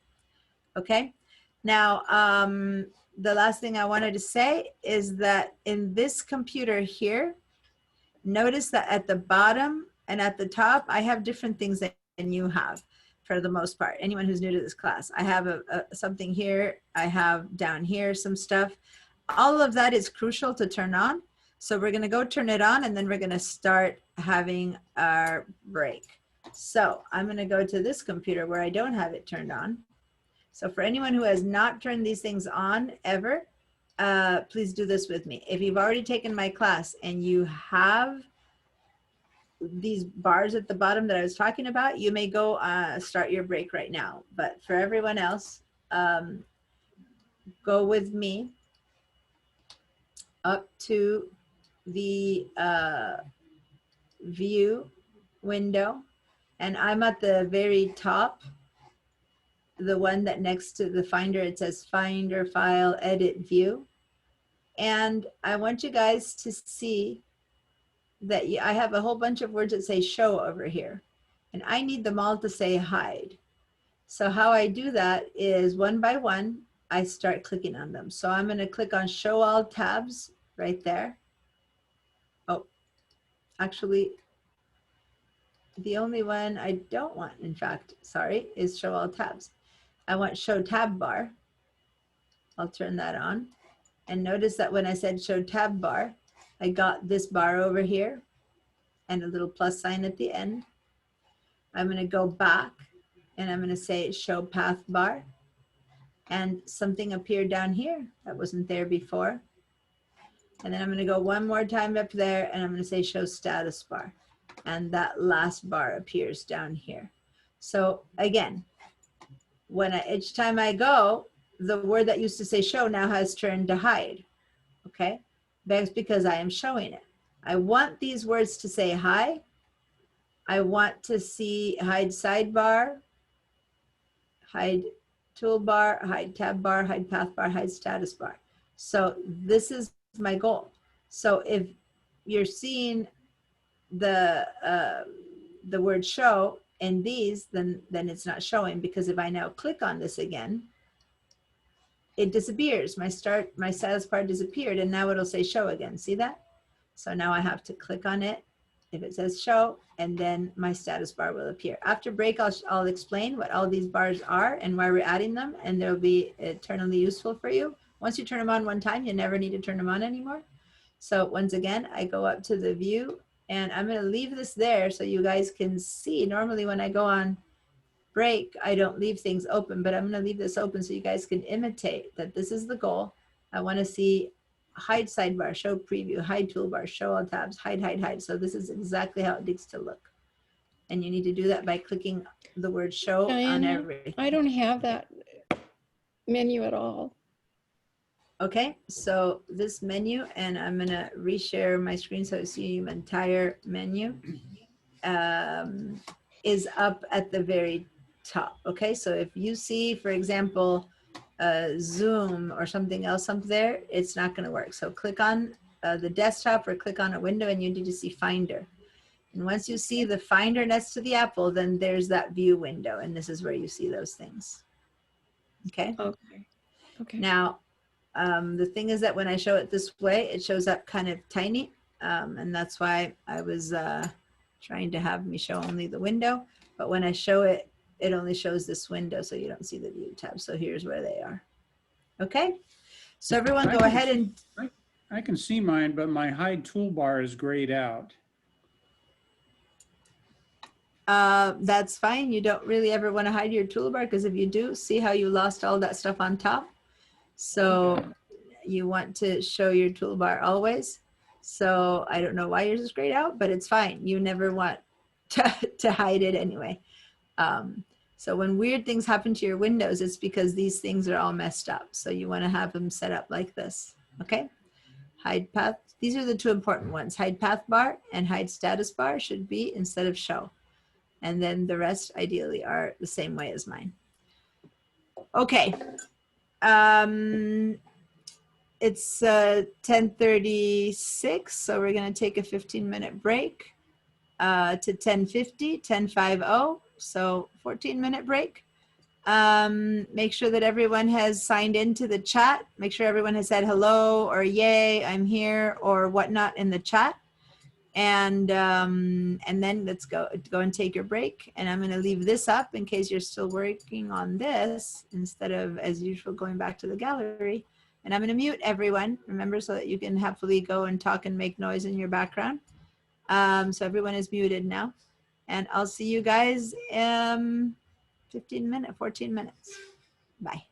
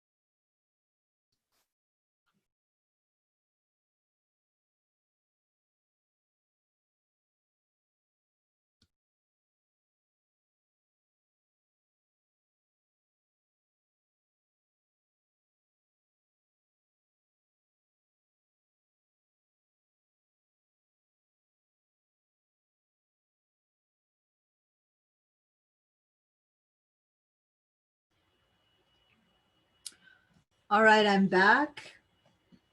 And I've been sharing my screen this whole time. So I'm actually gonna stop sharing my screen for a little bit. That way I can see you all. Hi again. And any questions if you were trying to set this up over the break, or Diana, I have a Mhm. question having Yeah. to do with the deleting on the applications, going back to there. When I upgraded to Catalina, many of the tax programs that I had downloaded over the years are now unsupported. Now, if I delete them, because they were downloads, if I delete them, I won't be able to go into those programs to look at old tax returns that I did. Is there any way of moving those programs that I downloaded on my Mac and move it over to Owens Air, which has not been upgraded, is still on High Sierra? Okay. So a couple of things to that. The quick answer, but it's not as bad as it seems. The quick answer is no, because if you already upgraded, they're not available anymore. But the one that might make you feel better about this is that all those programs, the software doesn't work anymore, but the file itself should still be available. Are you talking about Quicken software or what? H&R Block. Well, that? it's similar. We use, it's H&R Block Tax Cut, I think it's called. Okay. It's a, Yeah. tax preparation Yeah. software. Yeah. So every year they change how you do taxes. So every year you have to have a new version of it, right? But the file that H&R Block or Quicken and all those programs create is separate from the software. So what I'd like to, what my hope is that, because, when you submit the file, it goes somewhere. My hope is that you have that file somewhere. And since it's not a Quicken file, which I know how it looks like, since it's a H&R Block, the software is the program to make something happen, but you create a file. That file has information of your taxes for the last however many years you've been doing this. That file should still be in your computer, hopefully in your documents folder. I don't know where H&R Block would have saved that file, but ideally it did not save it inside of its own little folders. If it did, then it might be searchable. Even though it's not working, the files might still be there. If you want to share your screen for a second, I'll show people what I mean about files versus applications. And let's see if your example is a good example to show this in, but I'll give it a try. If so, then that file should be openable by the newer versions, backwards, so to say. That said, this is a warning to everyone. Don't just assume that digital is enough. When it comes to taxes, please print out your stuff at least one time so that you have it in version. So if you look down at her doc, I'm seeing already there's 2 things in her doc that have a big, 3 things in her doc that have big old like forbidden signs on it. You see there? She's got, can you point them with your mouse, please, Becky? Do you see what I'm talking about? That on your doc, go down and you see that little forbidden signal over that to the left. So that's Roots Magic. And then to the left of that, there's one more. Control Center, and then over 3 to the right or something, there's Page Manager. So I don't know what those 3 things are, but those 3 things are not compatible with Catalina. So she can't use those anymore right now. Okay. Now let's see, go to your Finder window, open a Finder window, please. So she's going over to her doc and clicking on that Finder window, and then go to Applications. There you go. Now, can you scroll to whatever the name of the software is that you were using, H&R. Is it not there anymore, or is it there? There it is, H&R Block. Okay. So my hope is that you would have folders, but you don't. Okay. So then each one of these created a file. My plan B hope would be that you would have them in your documents folder. I don't know if you do, but that's where things should by default have set themselves in. So go to your documents folder on the left side of your screen and click over there. And let's see, there you go. So on the bottom there, February, I see tax year 2019. I see things in Excel. That might be just Excel files. That might not be your actual taxes. Scroll down to see a bit more of the files that you have in there. Would it make a difference? I probably am the one that used the software on my login on that computer. Right. Oh, okay. So then when you get a chance to switch under documents in your documents of this computer, go and see if you have something from H&R Block. Now, I don't know what kind of file H&R Block saves as. So you might want to do a Google search saying what file extension are the, not here, you would have to search on Google, right? Because I don't Right. know what extension it uses. This XLS that you have here, this is an Excel file, but the H&R Block will have saved the file with a certain extension. So go and find out, say, or even just Google, in Catalina, how do I find my tax files through H&R Block older tax files? And there will be, I'm sure, many explanations and descriptions of how to find that file. Okay. Okay, so it should still be able to pull the prior year information even though the program's not working. I'm hoping and assuming so. Actually, you do see, oh, look at that. The 2018 and the 2019 do still seem to be available to you. It's just 2017, 15, and 14 that are locked. See that? But 2018 and 2019 are still open. So if you open those, the question is, do they let you access the older files or not? That's something you need to Google. Now, this is a personal problem, so normally I tell you that in class I don't address personal issues and problems, but this is an important one because anyone who updated Catalina will have software that stopped working, right? And so my point in showing you this is that the software doesn't work anymore, but the files you create with it should still be available. I was hoping to be able to show it. But say that you have the program Word not working anymore, but you wrote 3 novels on it. The files of those 3 novels are still available in your computer. And once you upgrade your program, you should be able to open them again, right? So it's not the same. It's not that by losing the software, you lose the material. But not all programs function that way. And so I don't know H&R Block. That would say that 99.9% of programs function the way I say that. But if it's a game, like, for example, if you lost your chess games and the chess doesn't work anymore, then you probably lost your history of your chess wins and loses. So 99% of programs work the way I'm saying, that you create a file. And I do know at least the Quicken is the software that I use. It creates a file that then I can have separate from my thing. So I'm hoping H&R Block's the same way. You need to Google that, go to H&R Block and say, I upgraded Catalina, how do I file my other years? And it'll give you instructions. But you're right, it would not be here if you created it in your own account. So go find it in your account and then let me know if you found them, okay? Thank you. Okay, thank you. You're welcome. By the way, see all those things that say forbidden for her? The little 0, the like don't park, don't whatever here, the no. Those are useless at this point for her. Anything that has that is just taking up space.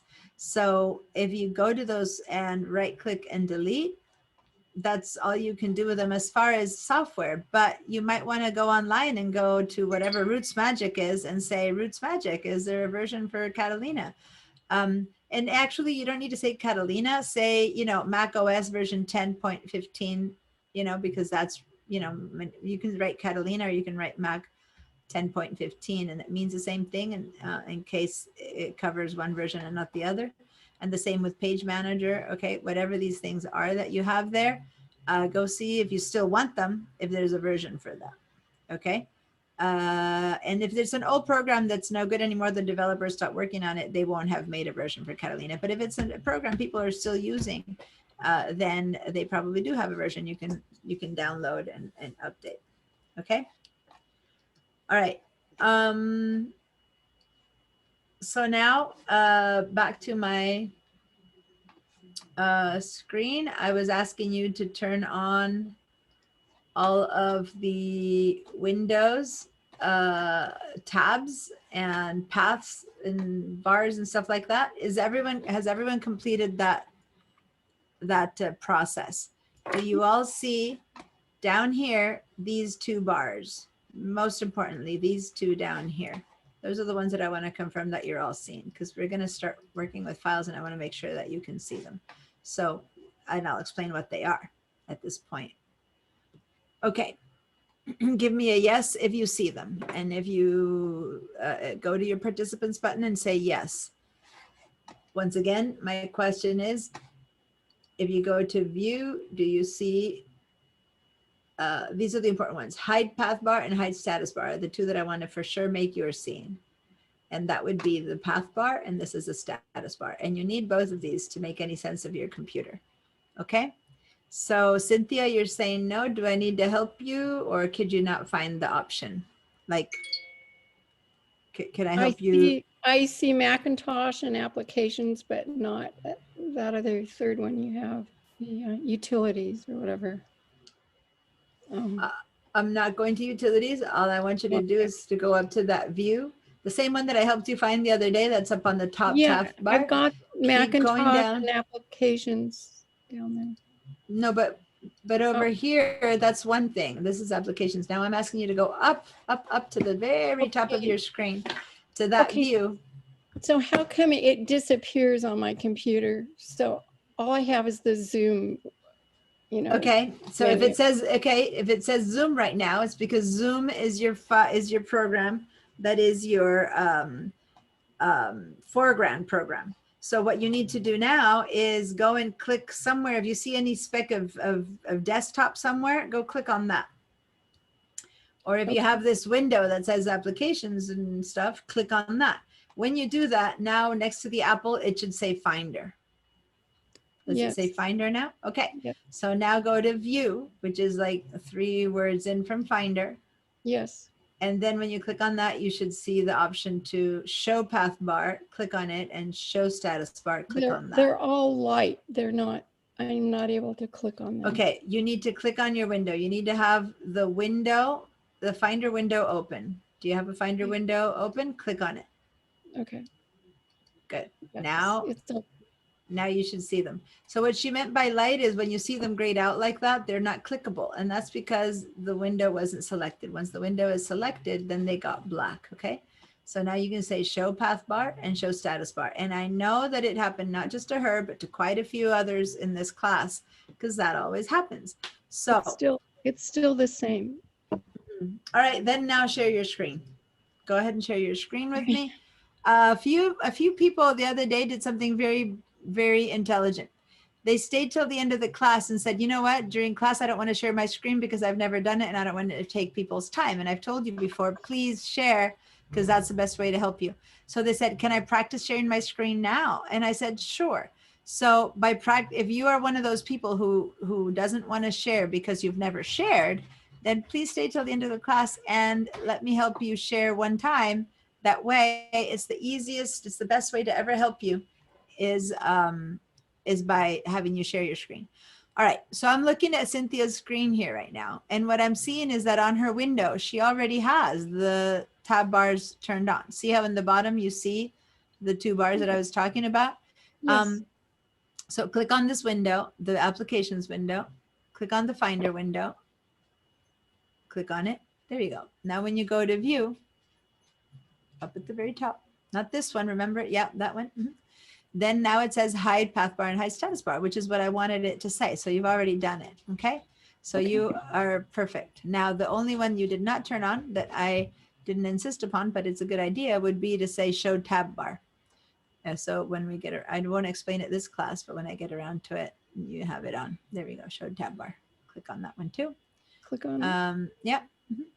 And then that top little bar appears over there. And then I'll explain what these bars are. But now, can you go ahead and click on your desktop, just like a place that has no, not there. That is a good point when I said desktop. Go back to applications. Okay, so now let me be clear, and I wasn't clear before. When I say click on your desktop, not on the folder of the desktop that's right there, but actually on the desktop, which is where you see that mountain or the Catalina Island. That is what's considered the desktop of your computer. So right on that, yeah, click on that. Okay, now notice, and everyone pay attention, this is something for everyone. I'm showing it on her computer, but this is a class for everyone. When she clicks on that little mountain icon island, which is the Catalina Island icon, did you see that her Finder window colors kind of grayed out? Look at the top bar. See how applications and all her icons are grayed out? In fact, there's 3 little dots that are usually red, green, and yellow are now gray. That's because this window isn't selected. So if she goes now to view, can you go back to that view right now? If you go to the view right now, see how everything is grayed out? There's no choices you can make. That's because you don't have a selected window to do anything to. So remember, when something shows up as gray, it's just not accessible to you. If it's not accessible to you, probably, and you want it to be, probably what's missing is a selection. So now let me show, go back out, click on that window again now, click on the window. Yeah, right on the actual window, Finder window. Yeah, click there. Nope. Oh, okay. Where your mouse is right now, click right there. Yeah, there you go. See the difference, how it all became gray and colorful, and now you have red, green, and yellow buttons, and before it was all gray. So the only difference is, go back out to the Catalina Island photograph, click on there. Now it went gray. Now move your mouse just an inch in to the left, just to where it's hovering. Now click. Now it's selected. See you guys? Now to the right, half an inch on the Catalina. That's not selected. Click on it again. That's selected. Do you see the difference, you guys? So just what you click on does or does not select what you need to work on. So if you're clicking on the desktop background, well, none of the issues of how to show or find are going to happen, because on the desktop, the one that has the Catalina Island on it, there is no way to show or view icons or anything on it. So there's no need for those. But as soon as you click on the window, then those choices become valuable. So it's important to always know. Now you seem to have 2 Finder windows here, one on top of the other. Can you click on this gray area and drag it out to see if there's something underneath? Yeah. So remember the neutral, now that's changing its shape, which is different than what I asked, which is fine. I'm just trying to make sure that we know how to do both. Go to the neutral gray area in between the icons up there. Yeah. One up above from that little line. Yeah. And now click and drag. Yeah, now you're moving it. See, you're not changing its size, but you're moving it. Okay.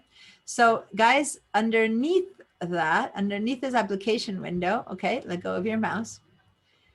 Underneath her application window, she has that thing that says Zoom. And that thing that says Zoom is her Safari program. Okay. Now go ahead and pay attention. Don't do anything yet, Cynthia, until I make everyone see what I'm showing. Go ahead and look up at the apple. What does it say right next to the apple? Finder. It says Finder. That's because what she has selected is her Finder window. Yeah. It's the application that's in the foreground. It's the one that all these little file, edit, view, go, window, help that are next to Finder are going to apply to this window. Now move your mouse to the left half an inch until you hover over the thing that says Zoom. Okay, now pay attention what's going to happen. Click on that. When she clicked on that, the first thing that happens is that this one came to the foreground and the other one disappeared in the background, right? You see that? Now, if you look up at the apple, what does it say now on to the right of her apple? Safari. It says Safari. So what you have just done is that you've moved Safari to the foreground and the rest is now running in the background. Now, if you go to the Safari file, edit, view, history, bookmarks, those apply just to Safari. In fact, go to view and you'll see that there is no such thing as show tab bar. See down there? It's a whole different window. You don't see show path bar, hide path bar, show toolbar. It says view, but it's issues and how you view things in Safari. So these windows, right to the right of the word of the program, you'll always see file, edit, view. You will always see that. And at the end, you'll see the word help and window. But in between, you might get different things. So after I see file, edit, view, then I see history and bookmarks. That applies only to Safari. Now, move your mouse to the right and click on your Finder window again. So move all the way to the right and click. Perfect. Now, the Finders come up forefront. And if you go up and see the apple, it says Finder. So if you never know where you're at, the clue is look to the right of the apple and it'll tell you. Now, to the right of the apple, you see File, Edit, Window. Same thing as that we saw with Safari, but this view refers to the Finder. Okay, so up there, Finder, File, Edit, Window, next to the apple. That's a same words, but now these apply to the program Finder. Does that make sense? So if you click on View, this view shows you what I'm talking about, which is hide toolbar, show toolbar. So if you were, say, on Safari and going to view, you would tell me, well, I don't see hide tab bar, show tab bar, all those. You don't, because they weren't the Finder views, okay? So click again one last time on Safari, which is the thing that says zoom. And go to views, once again, to compare and see that view is totally different. And of course, you'd say, I can't find it, I can't see it. Now, in this case, it's very easy to tell because Zoom Safari is right on top of the Finder window. So when you click on one and another, they actually literally come up to the forefront. And then it's like, okay, I can see the difference. Now, I'm gonna put one more test to you. Can you go back to your Finder window? Perfect. Now go up to where you could move it in that neutral gray area above near the name, and now move it all the way out so that they are not overlapping anymore. Click and drag all the way to the right. There, they're not overlapping. Now it's going to be harder because now the same thing will be happening as before, but nothing will jump in front of each other. So now you need to look at the colors of those three little red, green, and yellow dots, or like the best indication. The Finder window is alive, it's in color, and next to the apple it says Finder. Now go click on the Safari Zoom window. Click in there. Nothing has jumped forward because now they are separate, but if you look up to the top, Safari is now active and it has red, yellow, and green buttons. Safari is the program that's active. If you look over at the other window, the three little dots are grayed out. See that? So when they don't physically jump forward or backwards, that doesn't mean that one program isn't the foreground or the background program. This is still, Safari is still the foreground program. It's the one that's running. It's the one that all these little window, file, window, edit, view, history refer to. Now go click on the Finder window. Now up there, the colors have changed, green, red, and yellow. Can you point to the red, green, yellow, and green that I'm talking about to make sure everyone sees them? Right there, see that? Those three are colorful. On the other side, they went gray, and I'm looking at the Finder, and all the stuff next to the apple is referring to the Finder. So it's so crucial. The stuff that we just did with Cynthia is very crucial for you to always be able to find the files, to find out which program is your running program. And your running program will be whatever's to the right of the apple, basically. And the second clue is whatever has the little three buttons in color. So only one window can have the three colored buttons at a time. And whatever window has those three colored buttons is the one name that you'll see right next to the apple. Does that make sense, you guys? Yes. Okay. If you need any more clarity about that, let me know. Thank you so much for letting me demo all of this with your computer. So now I'm going to stop your share. Cool. You guys are awesome.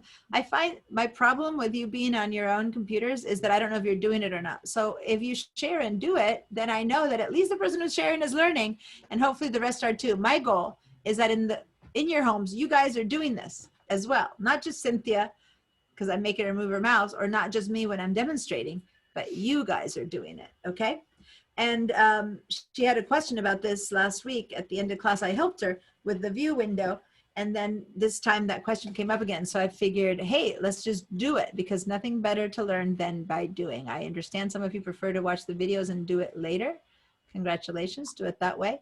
But please make sure that you're trying to do it here in class, because that's when questions comes up. Plan B, if you don't want to do it in class, do it with the video, write down your questions, tell me what doesn't work. And then when I begin the class the next day is always when you have to say, okay, now this worked, this didn't work. And we need, we have 10, 15 minutes to review the stuff that did or didn't work. All right. Okay, so all of that was very important for you to always understand how programs work and how programs become the foreground or the background program. Now, let's go back to me sharing. And I'm sharing this good old window. And why did I make you turn on those bars? Okay, so I'm going to go here on the left side. Wherever you see your applications, click on it. So some of you were on desktop or documents because I've been taking you to other places, but click on applications. And any of these icons, I prefer always to see things in the list view or in the column view, right? Those are my two top choices. The icon view seems to me quite useless, so I never use that one. So right now, just so that we can understand what's happening with where things are saved, let's go to the third one, which is the column view, okay?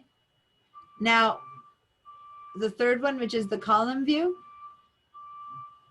will not give you any columns until you click on something. So say that I go click on something that I know everyone has a little App Store icon there. So I'm going to click on App Store. And you'll see that over here, you see the name of something, and over here it tells you a big, depending on how big you have it or not, you can move your mouse. Say that this is very little and you can't reach it. Put your mouse in the middle of that line and drag it open to see more. As much as you can put your mouse here to drag the find the view open. So you can always make this a bit easier to read. If it's too tiny and it's closed up, you can make a little more space. Now you guys are sharing space with Zoom right now, so maybe it's not the time to make things bigger. But I'm just showing you how the double-headed arrow on these edges allow you to make things bigger or smaller. Okay, so if I click on Automator, then it gives me information about that program, okay? So you won't have Backblaze, you would have books probably. And then here it gives you information about that program, okay? So this is the columns view, and I find it one of the easiest ones to show, to teach people. So I'm gonna try to have everyone mainly have their windows in this mode while you learn about how to store your files in the right place. So now, over here on the left side of the sidebar, click on the desktop over there. The other time when I was talking to Cynthia, I was saying click on desktop, and she went here, and I went, no, I mean the desktop down there, the one with the island, but I'm trying to be clear that this time I do want you to click on this desktop icon. Now this desktop icon, if it's empty like mine over here, then yahoo, congratulations. This is my teaching account, which I keep looking perfectly good. To say the truth, in my personal one, I do have a couple of things sprinkled on it, but a couple of things is fine, and I'll tell you what those couple of things are. But not much stuff. Now, click on Documents. And under Documents, you see how as I move through these different ones, it forced this to look as icons. The desktop was looking as lists. My applications are looking as columns. This thing keeps changing based on how I left them last. So the last time I looked at Documents, I was showing icons view. if I now go back to columns view and in desktop, instead of lists, I go to columns view. Now, every time I go to any of these from now on, they will all be in columns view. So if you go to desktop, click on columns view, you go to documents, click on columns view, and applications, click on columns view. And that way you won't be jumping around different kind of views all the time. Downloads, click on columns view. So anyway, the ideal for everything is to see things in columns view for this class. Then you can choose if you want a different way. This is the easiest one. And then the last thing I want you to do is go to downloads. Downloads, and again, click on columns view. Okay. Now, let me start explaining why I made you guys turn all these things on. And yes, I just reminded myself, thank you, Justine, for reminding me without reminding me that the class ends at 11:35. Because this is when I start gearing up to a longer explanation, thinking of 11:55, and I have to remind myself that it goes to 11:35. So, is everyone on downloads? Yes. Okay. Now, you might have 1, you might have 20, you might have 200 things here. You don't know. And you can't know until you go down to the bar that I had you turn. I'm going to make it a bit smaller so it's easier to explain. If you go down to the bars that I made you turn on, and the bottom bar says, in my case, 3 items. See that? In your case, how many items does it say? And it's okay to say anything from 1 to 1,000 or whatever, because I expect some really high numbers here from some of you guys. 576. Woohoo! Woohoo! All right. Anyone else? Throw it out there. 23. 0. 208. 0. 0. Awesome. Cool. That's the whole like big deal that we're going to work on this week. What's in your downloads? I am expecting, as you all said, high numbers. I heard a lot of things over 100. I didn't hear any huge one, but then some of you talked over each other. Like huge, I mean, I didn't hear anyone say 2,000. But every class, there's someone who does have really high numbers and just maybe is not sharing, okay? So it's okay wherever you're at. That's whatever you have. Now, what is this downloads folder? This downloads folder, is in your computer. Is in your computer for every single one of you guys. The downloads folder is stuff that you brought down from the internet into your computer. That's why it's called downloads. So it isn't in the cloud. Even if your desktop and documents are in the cloud, your downloads are in your computer. Anything in here is taking up space in your computer. So if it's useful, keep it. If it's not useful, dump it. Now, what comes in here are things that you might have clicked on that say literally download. And so the word download in the internet means from the internet, it comes to your computer. So you might have an inkling that that makes sense. If you clicked on a word called downloads, it would be in downloads. But there's other things in here that you didn't know ended up in here and why. Like if someone sends you photos on an email and you click on them to see them and they download automatically for you, they would download into here. Or if you have to fill out forms, like you have to sign things, especially now that we're all virtual, and people say, you know, read this form or whatever, and to read it, you have to download it, ends up here. If you need to install a program and you install an upgrade, it downloads into your downloads folder. So your downloads folder is probably full of stuff that you've already used once and don't need anymore, or that you truly do need and you never knew here it was. Finally, hallelujah, I found it. Or 3, stuff that you do need that you wanted, but you end up using from here because you never knew that you could put it somewhere else. And in reality, downloads should be a transitional place. Like you go to the grocery store, you put things in the trunk of your car. When you get home, you don't leave it in the trunk of your car. You bring them into the house, okay? Or you get to your letterbox, your mailbox, and you pull out all this stuff you arrived, and guess what? You got some junk email, you got good stuff, and you got things that you open, read it, and throw away. So that's what your downloads folder should be like. The junk, put it straight into the recycling bin. You can tell I didn't say trash. Hopefully I'll have recycling bins. All your junk mail goes into the recycling bin. Okay, So if you have in your downloads a lot of junk, you need to get rid of it. If you have things that you've opened once, read, and you're done with, like you needed to fill out a form, you filled it out, you sent it in, you don't need it anymore, that should also be gotten rid of. That should go into the trash. If you have a software program that you already installed, well, you already installed it. Remember my simile of a banana peel. When you install a software, it comes in full of yummy goodness, banana goodness. You double click, you install it on your computer. Now you're left with the banana peel. The program is running. You still have the installation folder, which is huge. You need to trash it. The program is already running. The installation folder can be trashed. If you have photos of your dearest loved ones hanging out in your downloads, well, they need to be moved into the right place, which would be either the photos program or put them in your documents folder.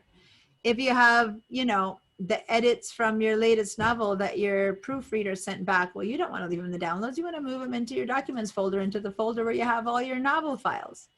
So the downloads is a transitional place, and anything that sits there is gathering mold, dust, rotten flies, and all that kind of junk. Okay, so we want to clean that up. Now, in this one, in this one example that I'm giving you over here, I have very few things in the downloads, so there's not much to clean up.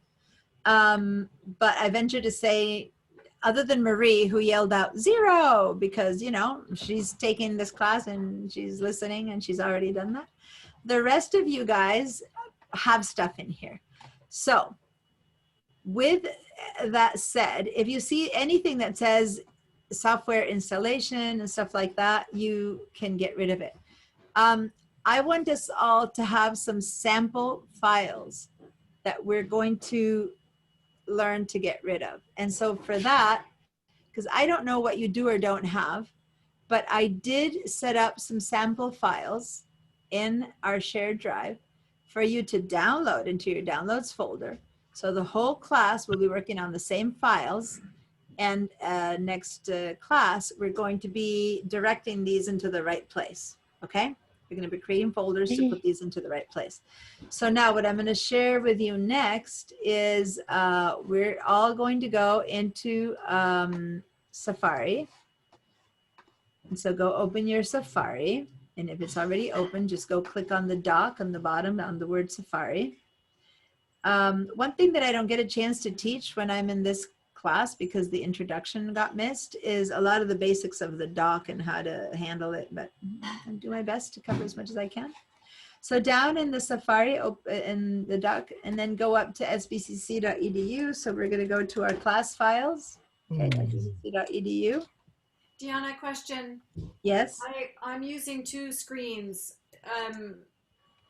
So where do I do what you're asking me to do? Download this on the screen on the computer that you're working on, like the one that if I need you to share because something's not working, the screen that you're working on. Like if you have one that's just watching me, you don't need to do it on that one, but you need to do it on the one that you want to learn how to clean up stuff from.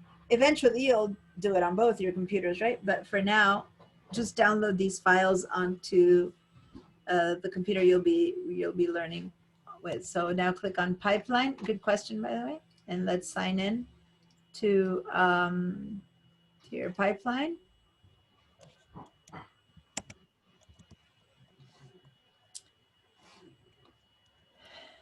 Then Deanna, click. I'm lost. Sorry, walk me through it. That's I'm fine. signing into pipeline, but how do I sign into pipeline from Safari? Okay, so go to sbcc.edu. And open a new tab. Got it. Click on this little, pipeline icon. So is everyone going to their pipeline account? I'm leading you to something that I need all of you to do. You're going to have to download some files into your downloads folder that I'm going to use that to demonstrate what you should have and not have on your computer. And we only have a few minutes left, so everyone please do this. Diana, when I go to Safari, I get that white Zoom screen again, like Cynthia had. The one That one you can, once you're in the class, you can always get rid of that one. You don't need it anymore. That Okay. Zoom one allows you to get into the class, and after that it's useless, so you don't need to have it open. So click on the top bar of the, maybe where you see that Zoom bar or anything you see, and write sbcc.edu. Okay, got it. Thank you. Okay, and then hit return after you write sbcc.edu to get to this window. Okay, and when you get to this window, you click on the P for pipeline. Those of you who are good at typing, you can just write pipeline.sbcc.edu and you skip this window. You go straight into the sign. Okay, so once you have signed in, click on student non-credit. So over here, student non-credit. So Grace, I know that you have been a actual credit student, so you, instead of seeing student non-credit, you would see the word student. Okay? Grace, I hear you trying to talk to me, but I don't know what you're saying. You need to unmute yourself. I either get you, the large screen, or and mine disappears, or I get mine and you disappear. Yeah, we've had that problem with you before. I think that if you can hit your escape key and then kind of scooch your things sideways where I'm talking, you'll be able to see your stuff. Otherwise, just go to your stuff and listen to me, because you've probably done this of accessing this, enough that you could probably, know what to do yourself. You can just go to sbcc.edu, even if you don't see me, and sign into Pipeline. And then when we get here, click on student non-credit. If after I'm done demonstrating this, if you're still behind, Grace, I'll help you access yours. Okay, and then over here. You're not sharing your screen right now, right? What's that? You're not sharing your screen right now, right? Oh, I am, but I'm sharing the wrong screen. You're right. Thank you for saying that. Thank you for keeping me straight. Now I'm sharing the right screen, this one. In fact, let me get even closer and share this one so you see things even bigger. Okay, so basically I am, hopefully you were in this one, and then you clicked on this one, you signed in, and now I'm asking you to go to student non-credit. Okay, now on the far right of this window, and some of you have it small, right? So you need to scroll sideways like I talked about before, or make your window bigger, and you need to click on Google Drive. All right, so once you're in Google Drive, over here to the left, you need to click on Shared Drives. Now, this is an email I got where people were confused because when they go to Shared Drives, they said, I don't see a list of classes. Well, guess what? You should not have a list of classes. You should have just this one class, or any class you're signed in with me. So say that you're also in the iLife class, and you would also see the iLife. Or if you're in my Photoshop, then you would see Photoshop. But I have all of them because I teach all of these classes. You should not have all of these in there. You should only have one, really, that says Mac Intro Level 1, Level 2. If you have any others, it's because you happen to be signed into others of my classes. Does that make sense? I just want to be clear. You should only be seeing, at most, at the very least, the Mac Intro Level 1. Okay, so double click on Mac Intro Level 1 and 2 Shared Drive.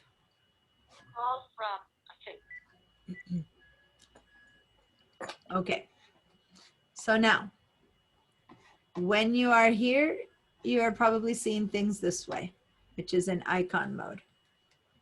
I want everyone to do this. So if you don't do this now during class, please do it watching the video after class. I want you to go to where it says class files to download. Don't double click. I don't want you to open this up. I just want you to select class files to download, right click, and download, and click on download. And when you do that, this entire folder will download into your downloads folder. Now, leave them there, and we will be working with them next week, so don't get rid of them. But before the class is out, if you can hang on a couple more minutes, I want to make sure everyone's got here. So say you did perchance double click on class files to download, then you'll see other folders in there. It'll be confusing. I need you to back up by going one arrow back to class files to download. And this is what I want you to go ahead, right click, and then hit download. When you do that, it'll say prepare and download, and it's going to be thinking for a while because, you know, it'll say zipping one file. And right now I'm sharing my screen, I'm on Zoom, and it's going to go very slowly, but there's quite a few files in here. So you have to let it run its course. And you see this little progress bar there, down there, that little blue thing is going to tell you when it's done. And when it's done, it'll be very clear. You'll see that. So I'm going to wait for it to be done so that you guys can see what it's going to look like when it's done. So you should all have done that. You should have right click download. Okay. While this is finishing up, any questions from you guys? When the allow button pops up, just click yes or allow. Yes. I'm waiting for me to pop up to show, but mine actually might not ask me because I've done this before. Maybe the first time you do it, it asks you to allow. Let me see. But see how there's still a little line there, a teensy little line at the top of that blue. It's waiting. It's not completely connected. Still preparing the download. Once the download is ready, then you should get that question. There it is. So in my case, it didn't ask. You saw something float out. So it didn't ask me. It just said download ready, and it downloaded. Okay. So it didn't ask me, but because I've downloaded so many times. But say that you want to check on your downloads after when it says downloads ready, a little thing went and it dropped kind of into this place. That's my downloads folder. Another place that you can check on this is up here in this little top part of my window. You see this down arrow? You click on that. It shows you your downloads, and it should see class files to download if it downloaded. If not, it would also still be saying preparing to download. Okay, so this has been downloaded into my downloads folder. Yeah, so let's go check on that. I'm going to change my screen so that I can show my entire screen. So now here's the window that I was looking at before, and here I'm going to move them next to each other is my downloads, my window, my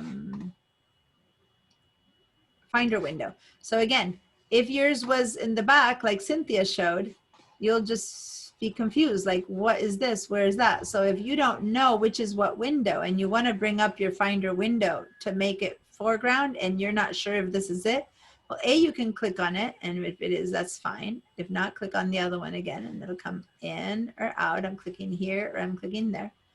But the other option is to go down to the dock again and just click on the word Finder. And when you click on the word Finder, the Finder window will come to the forefront again. Anyway, I'm moving it over to the right so it's not in the way. And I'm showing you how in my downloads folder, now I have a folder called class files to download. Now, you guys might have hundreds of things in here. So how do you find the class files to download? Well, again, it might be that you have to see it by alphabetical order. It might be that you have, some people have this thing set, which is, I don't have it set. Don't change this if you don't, but I just wanted to say some of you guys have things like that, where you have like lines, which is says previous days, previous 30 days, or you might have things like that, date last open. So those are choices that that might make it easier or harder to understand your downloads. It depends. But what I'm trying to say is that if you have it set up this way, then it will be in today. You downloaded it today. But if you have it by none, you might see it by alphabetical order. Anyway, scroll around until you can find your class files to download. And when you do find it, you'll see that I gave you a whole bunch of folders in here. And if you're viewing this in this columns mode that I showed you earlier, then you will see that inside this folder, you have 4 more folders. Inside of these folders, if you click, you will see more folders. If you click on this one, you will see more folders. This is the one that has a whole bunch of files that we're going to be organizing. Okay, so these are just different sample folders that I gave you that we're going to be working on next week. Now, technically, if you are here, then you're done. Class is over. But for those of you who did not manage to download this or have questions because they don't see it and they thought they had downloaded it or they're trying to get to download it, then please hang out and I'll help you get them. I want everyone to have these files in their computer for next class. Okay? So for everyone who's done and needs to leave, goodbye, and I'll see you next week. And for those of you who now need help, I will be here helping you. So, did anyone need help with the downloading? Owen is saying mine is empty. Is that a fresh? No, No, that's I from a was long time. actually- Yeah, that's from I a was long time actually- ago. I was quasi bragging that my desktop was empty. Oh, you're just, Although on the other computer where we recently upgraded to Catalina, on that one, it has something it calls rearrange files. It's got, I forget what it's called, but it's got one icon there that wasn't there until I upgraded. You want to look at yours, yeah, Becky? right. Hers has the Is same that the thing. relocated folder? Yeah, relocated. items? Relocated items. Nice. Okay. Yeah, that's I have what it that too. is. so Do I need to do anything with that or? I would need to see one of those to see what kind of files you have in there. If they're just documents and stuff, you can relocate them. Next week, we'll be learning how to relocate these things and where to put them. But other than that, if you want to share, I can see. But basically, I am doing, I just did a search and it says that when you upgrade to Madalena, relocated items are older files and data from previous macOS installations, okay? Old stuff that was never gotten rid of the way I'm asking you to get rid of now. And Apple doesn't know what to do with them, so it's just throwing them in that folder. Now, if it's from old installations, it says all your files, when you upgrade to Madalena, they will be reviewed to ensure they're valid and authorized undamaged and stuff. And then when there's files that Catalina doesn't know what to do with, or those are problems, then it'll make a folder called relocated items. Now, that is supposed to be an alias, according to what I'm reading. So does it have a little arrow on it? Is it an alias? Okay. Yes. The real folder is going to be located, it says here, on, it's buried deep in the system hard drive. So it's just showing you that these are files that, you know, aren't worth anything. Like someone here is saying what to do with them. So I'm going to read this article, see what kind of files that are getting put in there. They seem to be system files. But if I'm going to be upgrading tonight, so I will probably find my own little relocated items and then I can actually test myself. The two computers that I did already upgrade to Catalina didn't show me anything, but those are computers that I keep very clean and without old stuff. So probably that's why I don't get anything. This one, the one I'm really updating tonight, is mine that has bazillions of stuff and I have lots of older material in it. So I will probably get a relocated files folder and then I'll be able to answer that better next week, because I'll have my own experience with it. Yes, Marcia? I can't hear you. Do we need Acrobat Reader on an Apple computer for any reason? Not the reader, no. The reader isn't necessary. It's not discouraged, but it isn't necessary because you have the program called Preview that comes with the Mac that lets you read them. So yeah, you're welcome. Jeannie? Yes, Deanna, I did not get the download. Okay, so can you share your screen with me and I'll help you get the downloads? Meanwhile, she's doing that. Anyone has a question that's just a verbal question, go ahead and ask me. Marie? When I opened up the class files to download, I have 5 folders in there, and you said 4? Do I have an extra? I don't know, 4 or 5. No, whatever you have in there, I miscounted. I misspoke. I just want the one folder so that all of them download. Yes, no problem. Perfect. Okay, so Jeannie, you're sharing your screen, and can you open Safari? Okay, you, by the way, are you sure they didn't download? You looked up and down here in the downloads folder, you don't see them? I didn't see them. Scroll down and yeah, they're not there. I can see they're not there. Okay, so let's go over to Safari. Open Safari. And go to SBCC.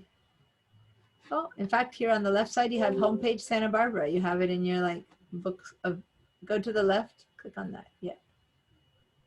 Perfect. Cool. Now click on the P for pipeline. And you're already signed in. So you were here already today, I can tell. Go to student non-credit right there. And now go to the right to Google Drive. Perfect. Now go to shared drives. Yay. Awesome. And now double click on this to get in. Now put your mouse over class files to download. It's almost there. Just hover right over it. So yeah, and now right click. Do you know how to right click? Yeah, I think so. Are you? Yeah, there we go. And now head down to the word downloads. There we go. Download. And it's preparing to download. So any minute now, it'll end up downloading and you'll see it in your downloads folder. And Deanna, there's a blue box down at the bottom. It says get drive for desktop. Do I need that? No, don't do that. You don't need that. Nope, you guys don't need that at this level. There's other classes of mine that need it, but not you guys. So that's perfect. Okay, so keep an eye on it. It's almost done. You got a fast computer running. And so when it's done, check the downloads folder. If it's not there, ask for me again. Meanwhile, anyone else I can help? Thank you. You're welcome. Anyone else have any questions? Grace, Grace, yeah. When I go to homework and I see your son's video, how Yeah, do you I go beyond that to go to the homework? Yeah, you asked me about this on my son's video, so I don't know where you're going. So go ahead and go to show me your screen and show me where you're seeing that. Because in my video channels, if you go to subscribe to my channel, you'll see one of my son's movies, but that's not where I'm sending you. So can you show me, can you just share your screen and show me that video you see so I can send you back to the right place? Share a screen. How do I share screen? Okay. Oh, I got it right here. The big green button that says share screen. And then you have one more thing to press, which is on the bottom right, you'll see a little blue button with white words that says share again. Bottom right of your screen, the first one is the big green screen button, but then the second time you need to click, it's on a bottom right of what you see next, and it should say share again. Are you finding that, Grace? Nope. So tell me what you're seeing. I'm blue border. Oh, share. Okay. Perfect. Yay. All right, cool. Here you are. Okay, so can you go to Safari or to wherever it is that you're finding my son's video? Show me how you get to that, and I can straighten you out. Because what are you doing? Are you going to? You said you're going to homework. Okay, so how do you get to homework? I think I go to your class. I don't know how to get there. Okay, so then let me show you. Go ahead and type in sbcc.edu.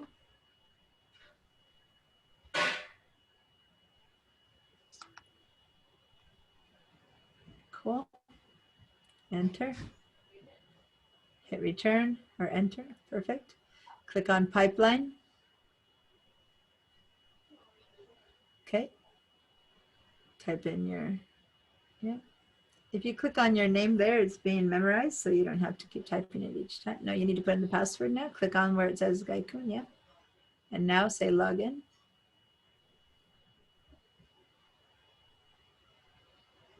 Right, so you have to click on the word student because you don't have the non-credit because you had, okay, and go down to student resources. Perfect, now go to the right side to Google Drive.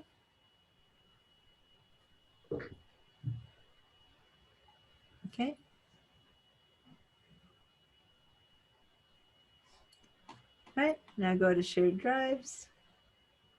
But in fact, double click.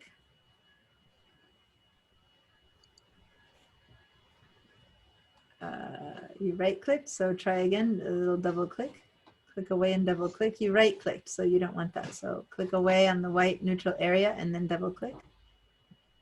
Yeah. Okay, and now double click on that folder. Try it again.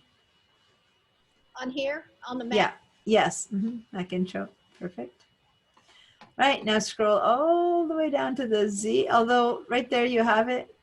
At the very top you had it in recents, in fact, because I just edited it. So, no, so did you download those yet? Not No, yet. okay, so then right click. Put your mouse over the class files to download. No, it needs to be right over what you want to download. Yeah, now right click. Yeah, it's fine where you were, anywhere as long as it's lit. Go a right click. Okay, and now go down to the downloads option. There we go. Click on downloads. And now while that is working, you can scroll up, scroll to the Z. Yeah, let's see if it lets you open that. Yeah, I don't know if it'll let you while you're downloading. The download's almost done, so I don't wait it out because you probably have to wait for the download before you can click on that. So hold on. Your download is still saying preparing download. Let's wait until it's over. And when it's over. I go to the Zoom class? Yes, but wait for a second while we're waiting for the downloads. See on the bottom, it still says preparing download. So you got to wait for that to be done, which is almost done. And it won't be done until it says download ready, and that'll disappear. So hold on, because it won't let you do anything. You might cancel your download if you go somewhere else now. So just wait it out. Now I do know where that there is a way to get to my son's video.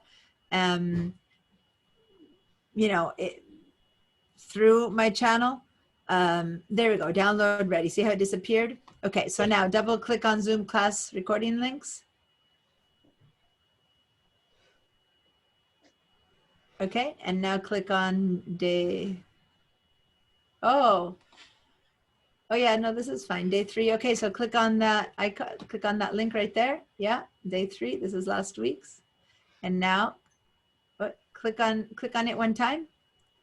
And then now click underneath on the link. Perfect.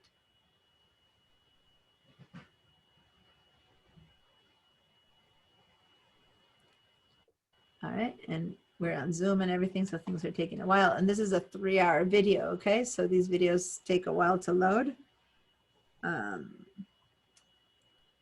So give it a chance to load. Meanwhile, that's loading. That bar has, see that blue bar has to go all the way to the end.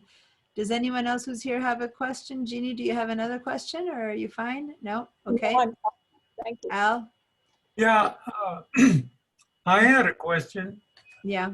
Now, when I downloaded them, you know, class downloads, it says family files, hierarchy, miscellaneous files. Yeah, we'll work on all of that next Monday. I just wanted to have you, or next Tuesday. I just wanted everyone to have them downloaded and to just ignore them. I should send an email to say, ignore these files until Tuesday. Just want to make sure that we start next class with them there and not have everyone to download them. So anyway, back to Grace. There you go. That's the video. It starts right there. It's just that it, oh, I see. This is the video. You need to let it play. You pause right now. And the thing is that it begins with the sound off, and it's from the moment I turn on the computer, it starts recording, even though the sound, the camera is off. Then I have to turn on the camera, then everyone starts getting in. So the first, you know, 5 minutes. Monster setup, I want to correct. So can you stop can you pause that for a minute? Those that are wrong. Grace, can you press the button right where you are? That's the pause button. Go.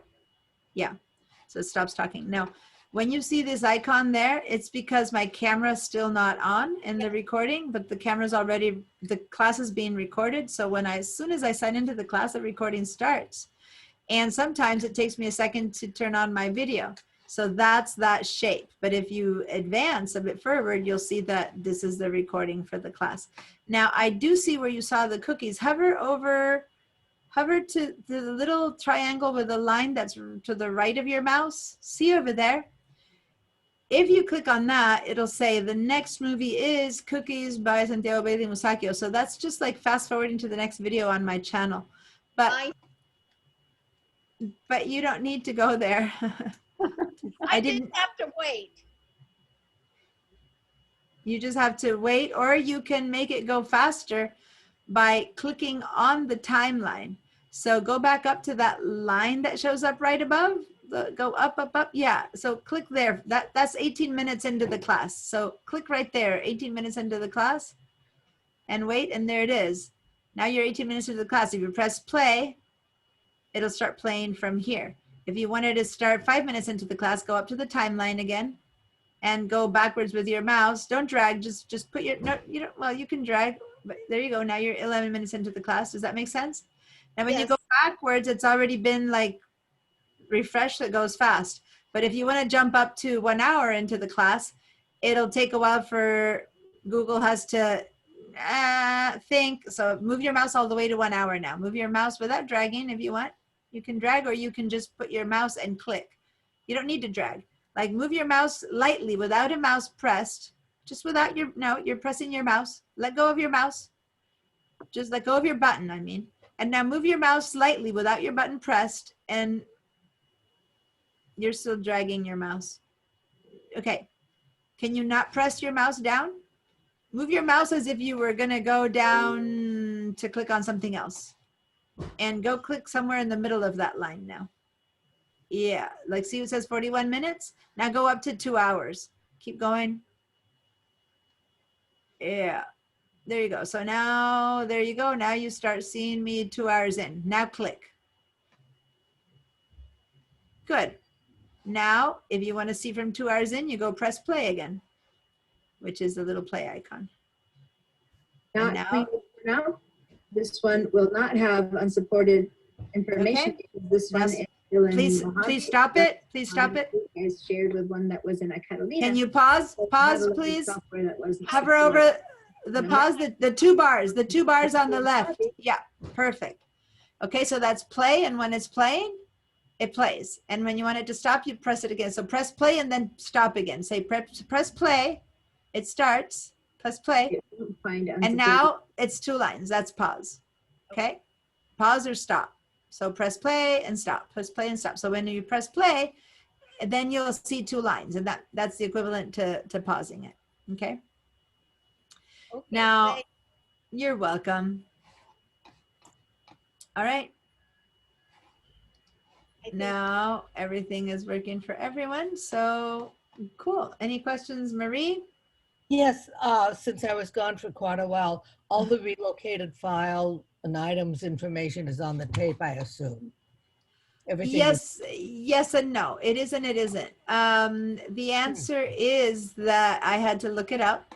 When you upgrade to Catalina, Catalina puts, it reviews all your files before you open up Catalina, and anything that it can't use anymore, files that are old, from old installations of software, for example, that it can't use anymore, it throws them into that folder called relocated, or anything other than useful. Now, what's put that folder called relocated is an alias.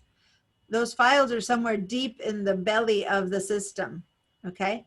So for now, leave them there. I'm gonna research how to delete them, if they are important to delete or not, because if they're very heavy, you wanna delete them. But since they are system files, I wanna make sure that you can delete them safely. So I'm gonna research that. And myself, I'm gonna have my own little Catalina relocated folder after I upgrade here. So I'll have my own experience of what to do with them to share with you next Tuesday. And the file has a little arrow on it. Because it's an alias. So even though it's on your computer's desktop, it's one of the ones that can stay there.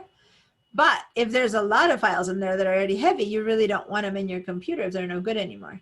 But you need to first check and see, because maybe they are good, maybe they're not good. We'll find out. I'm going to research and then let you know. Supposedly Catalina is saying they're no good, and thus supposedly they should be able to be trashed, but I don't want to say that until I look into it. Would I be able to open it if I double clicked on it? Yeah, you would.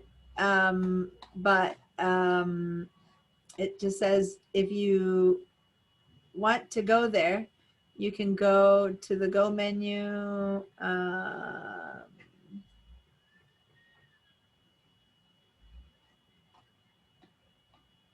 The folder has a penalty box. It opens like a penalty box for files that Catalina didn't have a clue what to do with this.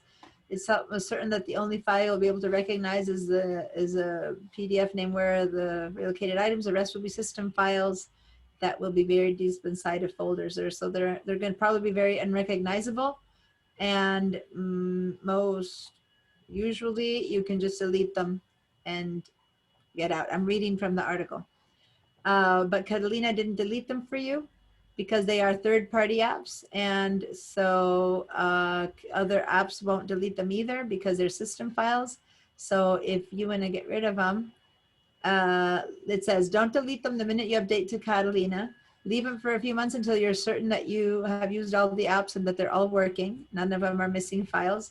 And then if everything is working fine, then you can get rid of them. So it says, since these are system files, to make sure to back up your system first, like we all did when you did upgrade to Catalina, and then you can get rid of them. So basically, I read to you from the article. So I'm going to go see them myself when I upgrade. My other two things that I upgraded to Catalina didn't have any system files because I obviously had nothing old in there. But this one, I'm pretty sure it will have one, and then I'll have my own folder to give you feedback on next week. Would it help if you sent me the article to read? Sure. If it's there's like 4 or 5 articles. I just Googled Catalina relocated items, and I'm reading one from a folder called appleinsider.com. I'll send you that link here. Let me put it here in the chat. Okay. You can link straight to that. Another one that I found is, yeah, I found a couple of different under that search. Here I found what these items are. I also find relocated articles, just the Apple support icon, you know, the actual Apple support. The second one is what Apple says to do with. And then there's another one from the Mac Rumors. There's many. I just, you know, here's 3 little articles that I put in there, but click on them before I before I leave, because you won't be, afterwards you won't have them. So click on them and they'll open up. And then when I close, you'll have them open in your software. Okay. I just, the first, I think, note from you, the last one is macrumors.com guide. Did you send it? Yeah. So there's 3 different ones. So click on each one. They should all open in the background. And when I close this Zoom, you will still have them open in your computer. I also did a screenshot. So. Oh, perfect. Yeah, but typing all that in is, but sure. Yeah. It's easier to just click on them and have them open. Jeannie, you've been wanting to ask a question, yeah? Oh, yes, if I may. This is, I've been struggling with, when you're instructing and you have up your Mojave screen, I have trouble seeing, is there any way to just clean it up so I just see the Mojave screen? Because otherwise I have the bar down the side with your picture and then also the bar with the participants. So it's sort of. Yeah. So what you can do for the participants and all that is just click on the participants button again, and it just turns off. Here, let me do this. I'm going to share a screen so you can practice. I'm sharing a screen, right? And it's now, if you're able to now find your participants button. Oh, yes. Turn it just click it on and it clicks on and off, on and off. So you click it again and it turns off. And then whenever I say, okay, everyone give me a green, give me a red, you click on it, answer, and you turn it off again. And the same with the chat as well. It turns on and off and it goes away. And then the bar where you see all the participants, if you don't want to see that, you can minimize that by clicking on, there's 3 little lines on top, and you can click on the flattest one, and that all thing scrunches up into a little line and it stops filling your screen. Okay, that's the one thing. I'm down to about a 2-inch bar, and just your picture. And there's a state up at the top of the box, view. Okay, so then that's the smallest you can get. If you see me on a tiny little corner, that's fine. That's how it should be. Okay. As long as now you only see one little like kind of square inch with me talking at you, and then you see the Zoom bar.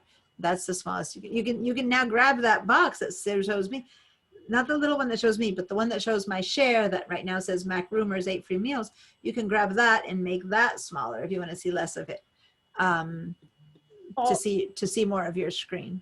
All right, but in the little box in the upper right corner that says view, I went to, and I have it clicked on side-by-side speaker. Is that where I should be? Oh, if you have it on side-by-side, you can also put your mouse in between the two and make one part bigger than the other.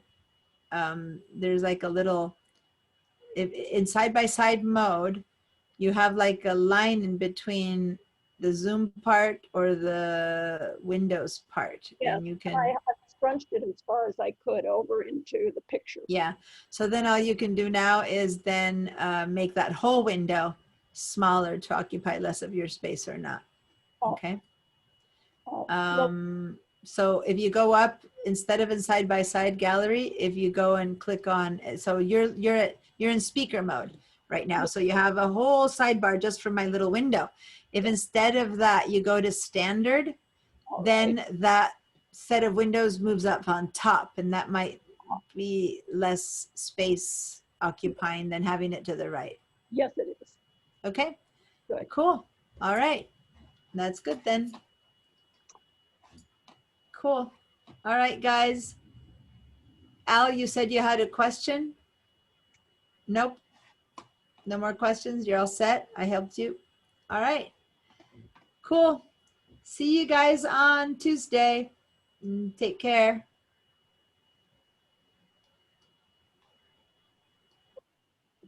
Mm-hmm.